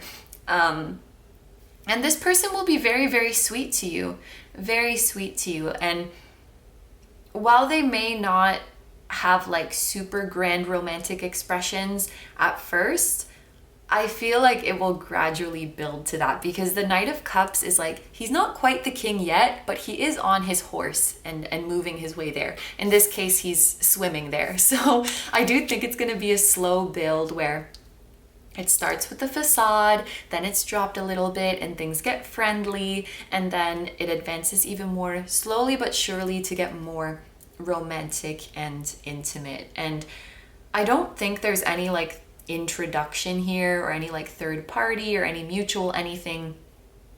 I think it's just you and this person. This person sees you and just, I have to go talk to this person, and they come up and talk to you. And maybe this is like you guys leaving together, like you came with different people and then you're leaving together or something like that. So now we are going to take a couple cards for the when. So if there are any important time frames that your guides want you to know about, we have the Page of Wands here, and we have Balance. So this could be talking about Libra season. That may be a kind of broad interpretation, but the scales make me think of Libra. This makes me think of the Justice card. So Libra season might be important for you guys. But with this Page of Wands energy here, what I'm being shown, while it may not be a super specific time frame, I think that you're going to meet this person when you've started a new chapter of your life and you're embarking on an adventure that is very exciting. A new chapter where you get to show off your creativity more, where you get to express yourself more. If I can just give a super easy example, this is like somebody used to work at a office job in Connecticut and now they're making a big move to Los Angeles to become a writer. You know, like this is my big break and I'm entering into this new exciting world and I'm on my own and I get to do something that really infuses my creativity and my passion. Of course, it could be something entirely different for you. Maybe you're like moving to a new place, but it's that feeling of things are new, fresh, exciting, and full of potential. And you're moving away from a life where you're just like meeting the status quo and meeting others' expectations. And you're doing something that brings your own unique flair to it, like your own creativity, your own independence. And with this Balance card, so I'm thinking of this as like, okay, so there might be some people in your life when you're making this transition, you see how they look like, they either look concerned or they look frustrated or they look judgy. When you make this big move, there might be some people who are like, what are you doing? Now, they may not look so stern like this and be telling you that you shouldn't do that, but they may be implying that they don't think this is a very good idea, like this is not the sensible thing to do. There may be some people who don't really get this. They might say, where did this come from? Why do you suddenly want to do this? And no, it's not that you suddenly want to do this. It's just that you finally have the confidence to do it. But behind these people, you will see your spirit guides, or you will see your higher self, or you'll see your person's higher self telling you this is the way. This is the way. You need to go for it. And this card, now that I realize it, it's associated with the third eye chakra, which is about seeing past the illusion of the physical world and seeing the truth of the situation and making decisions with your intuition and, you know, with your deep gut feelings, rather than just doing what is logical or what is practical, quote unquote. So with your third eye, you're looking past these judgments. Yeah, because that's what it is. You're looking past these judgments and you're seeing where your higher self is calling you to. So there might be some kind of leap of faith that you guys take into a new life before you meet this person. For those of you who have already planned this transition, then your guides are saying like this is around when you're going to meet this person. So I don't know, let's say you're watching this and you're like, oh my gosh, like I'm going to study abroad in August. Then your guides are saying like, that's it. That's when you're going to meet this person. So be ready for that and don't be afraid. I know these people look very scary and intimidating, but don't be afraid. And with this balance, I don't think this is about completely shutting out the concerns that they may have, but you also don't want to give them so much importance that it stops you from doing what you really want to do. Just like we say with tarot readings, take what resonates and leave the rest behind. So if a friend or a family member or a peer brings up some concern about why you shouldn't be this Page of Wands and embark on a new journey, you can listen to what they're saying, you can hear them out, but it doesn't mean you have to take every single thing they say as the ultimate truth. So find that balance where you're like, I see where you're coming from, I see what you're saying, but I just have to do this. Like my soul is just calling me to this and I gotta go. You guys should listen to, okay, it depends what kind of music you like. It's You Gotta Go by Above and Beyond. If you like more like, I think it's kind of a longer song, longer kind of electronic songs, you will like the original. If you like dubstep, listen to the Seven Lions remix of You Gotta Go by Above and Beyond, and listen to the lyrics. I really, really like that song. Okay, so now we're going to see the why. So why this time around did you and this person choose to come into each other's lives and to be each other's life partners? What are you going to learn? What are you going to experience together? Ooh, so we have the Two of Swords. This is very telling to come out after the Page of Wands. Oh, for both of you. Okay. And then we have Vanity. So, okay, I'm just going to start by interpreting this Two of Swords because I can see both of you in this energy and then overcoming this energy. So I'm going to start with you because we just talked about you. The Two of Swords is about indecision and almost like avoiding your decision. You see this person is closing her eyes. She's pretending there's no problem. So in your case, I see this as you really wanting to be this Page of Wands, but also maybe feeling like that's too risky, that's too bold, it's not going to work out, and feeling kind of stuck where you are. So you feel these two pulls, like this pull that's pulling you out of your comfort zone and this pull that's keeping you in your comfort zone. You don't know where to go, so you just ignore it. Like you just ignore this call of your soul. But when you finally answer that call and you finally take the leap, this is what leads you to this beautiful union. This beautiful union is one of the many amazing things that you will be led to.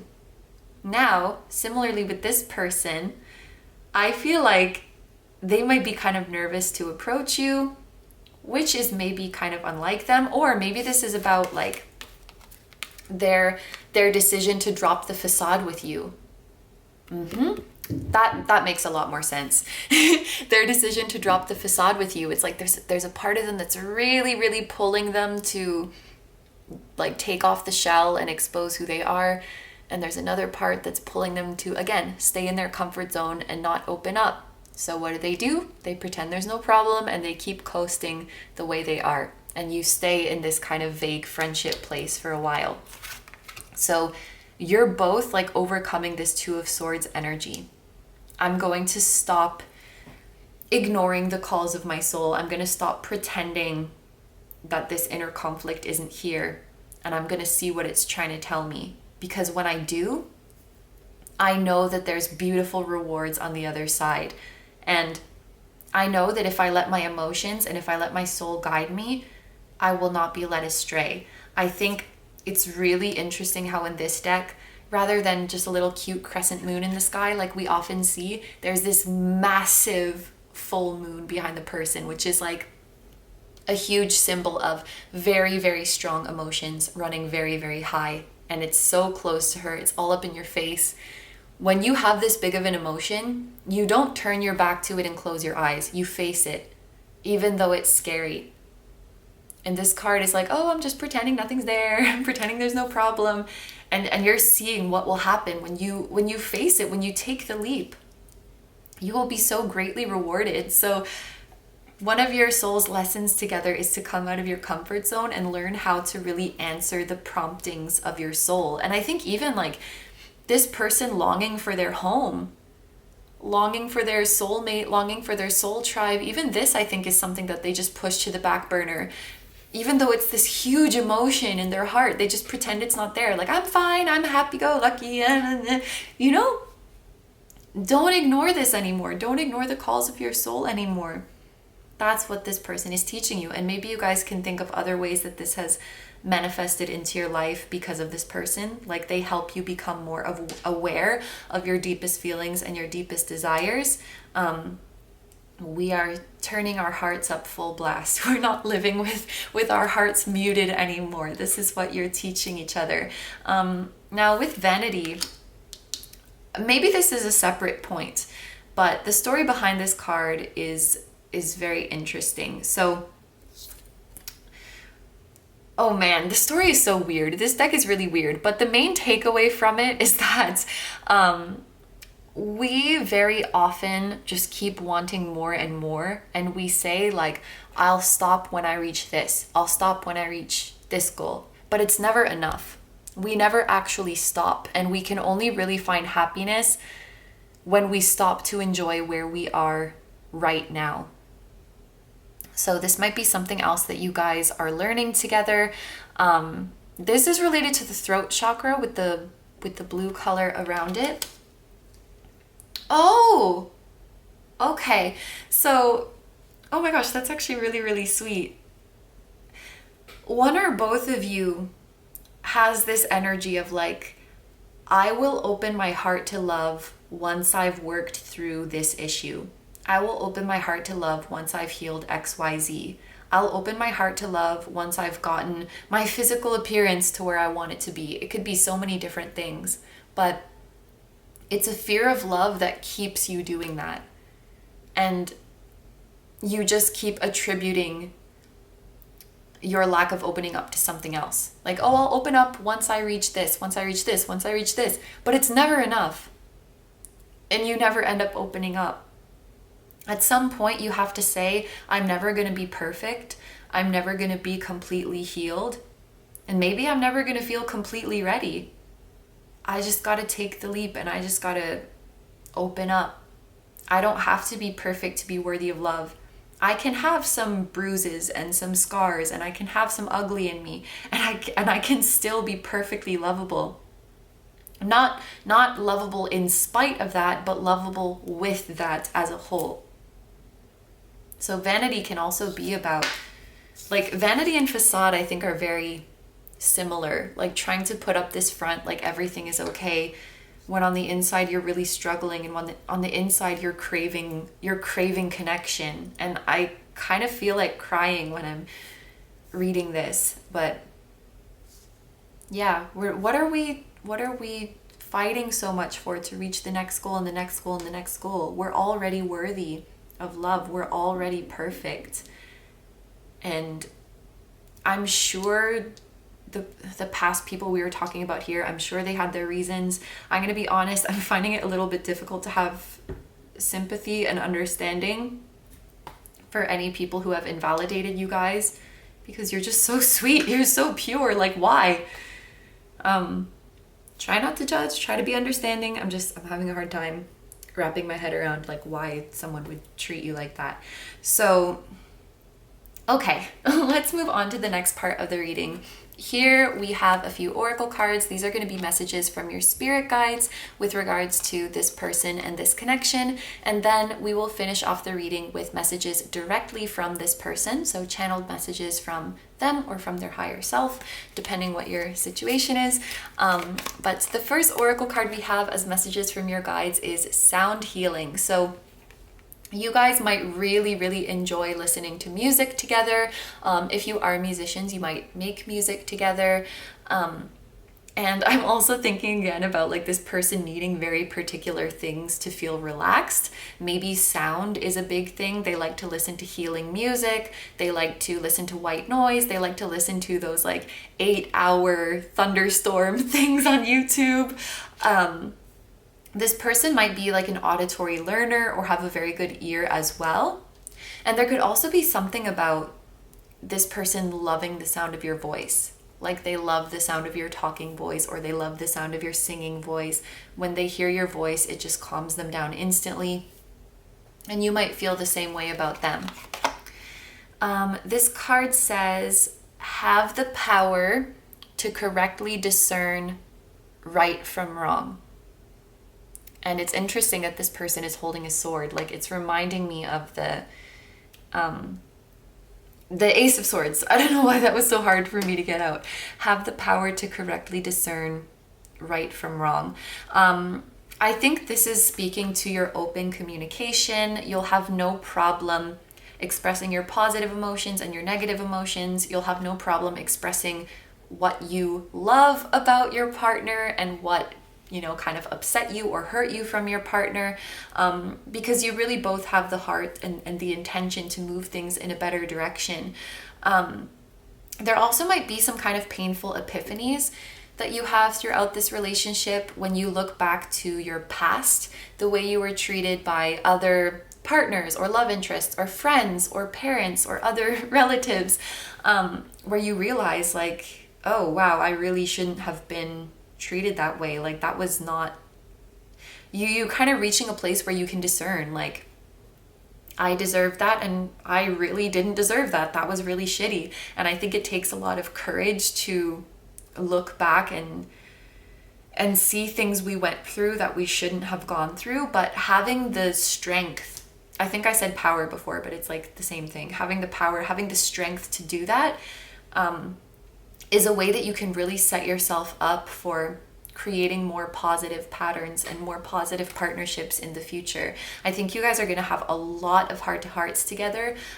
When I see turquoisey kind of colors, it makes me think of a mix of the heart and the throat, like the heart chakra and the throat chakra. And that just makes me think of, having heart-to-hearts and speaking from your heart.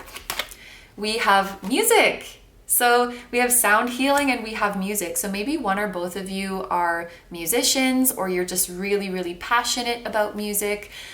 Maybe you're meeting at a concert or something, or you go to a lot of concerts together, or just enjoy cruising, chilling, and listening to music together.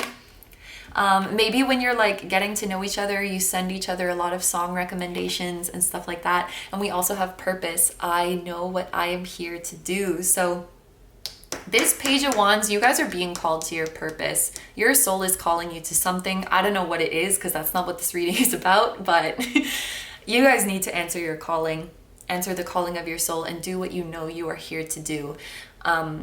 Maybe you guys help each other find your purpose, or your purposes are entwined together in some way. But let's finally finish the reading by getting, woo, that's a lot, by getting some channeled messages from your person. And this can be from their 3D self if you know them in the 3D, or from their higher self if you don't know them yet.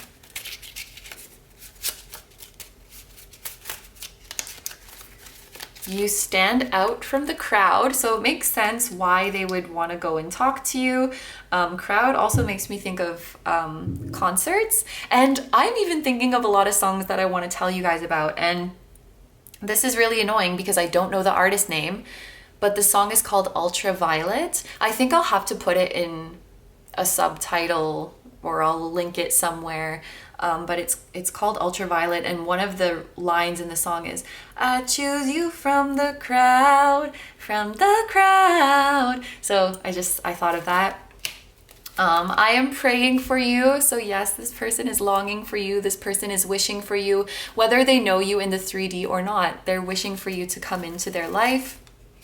We have You Drive Me Crazy. So there's some passion going on here. But honestly, even though I wrote this with the intention of it being like a passionate thing, when I read it now, it's like your higher self is kind of saying it in a joking way. So you guys might like playfully roast each other. Like, oh my God, you're so annoying. You know, like this kind of just like playful jabs.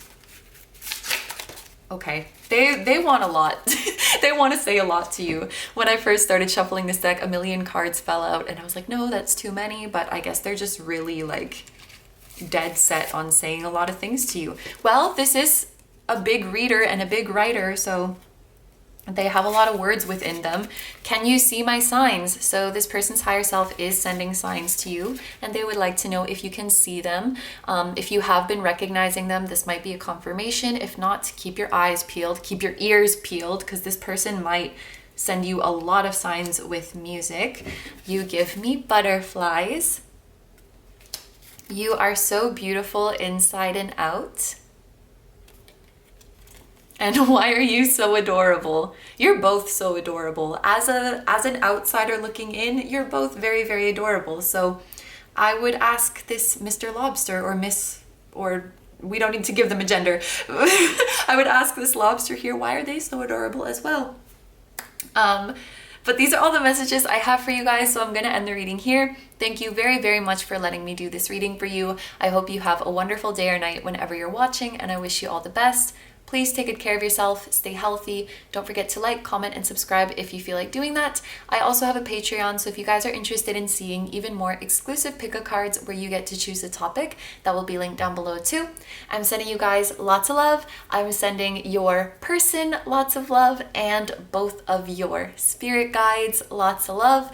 And you guys probably have Archangel Sandalphon as one of your guides because he really likes music. And I will see you guys in the next one. Bye bye.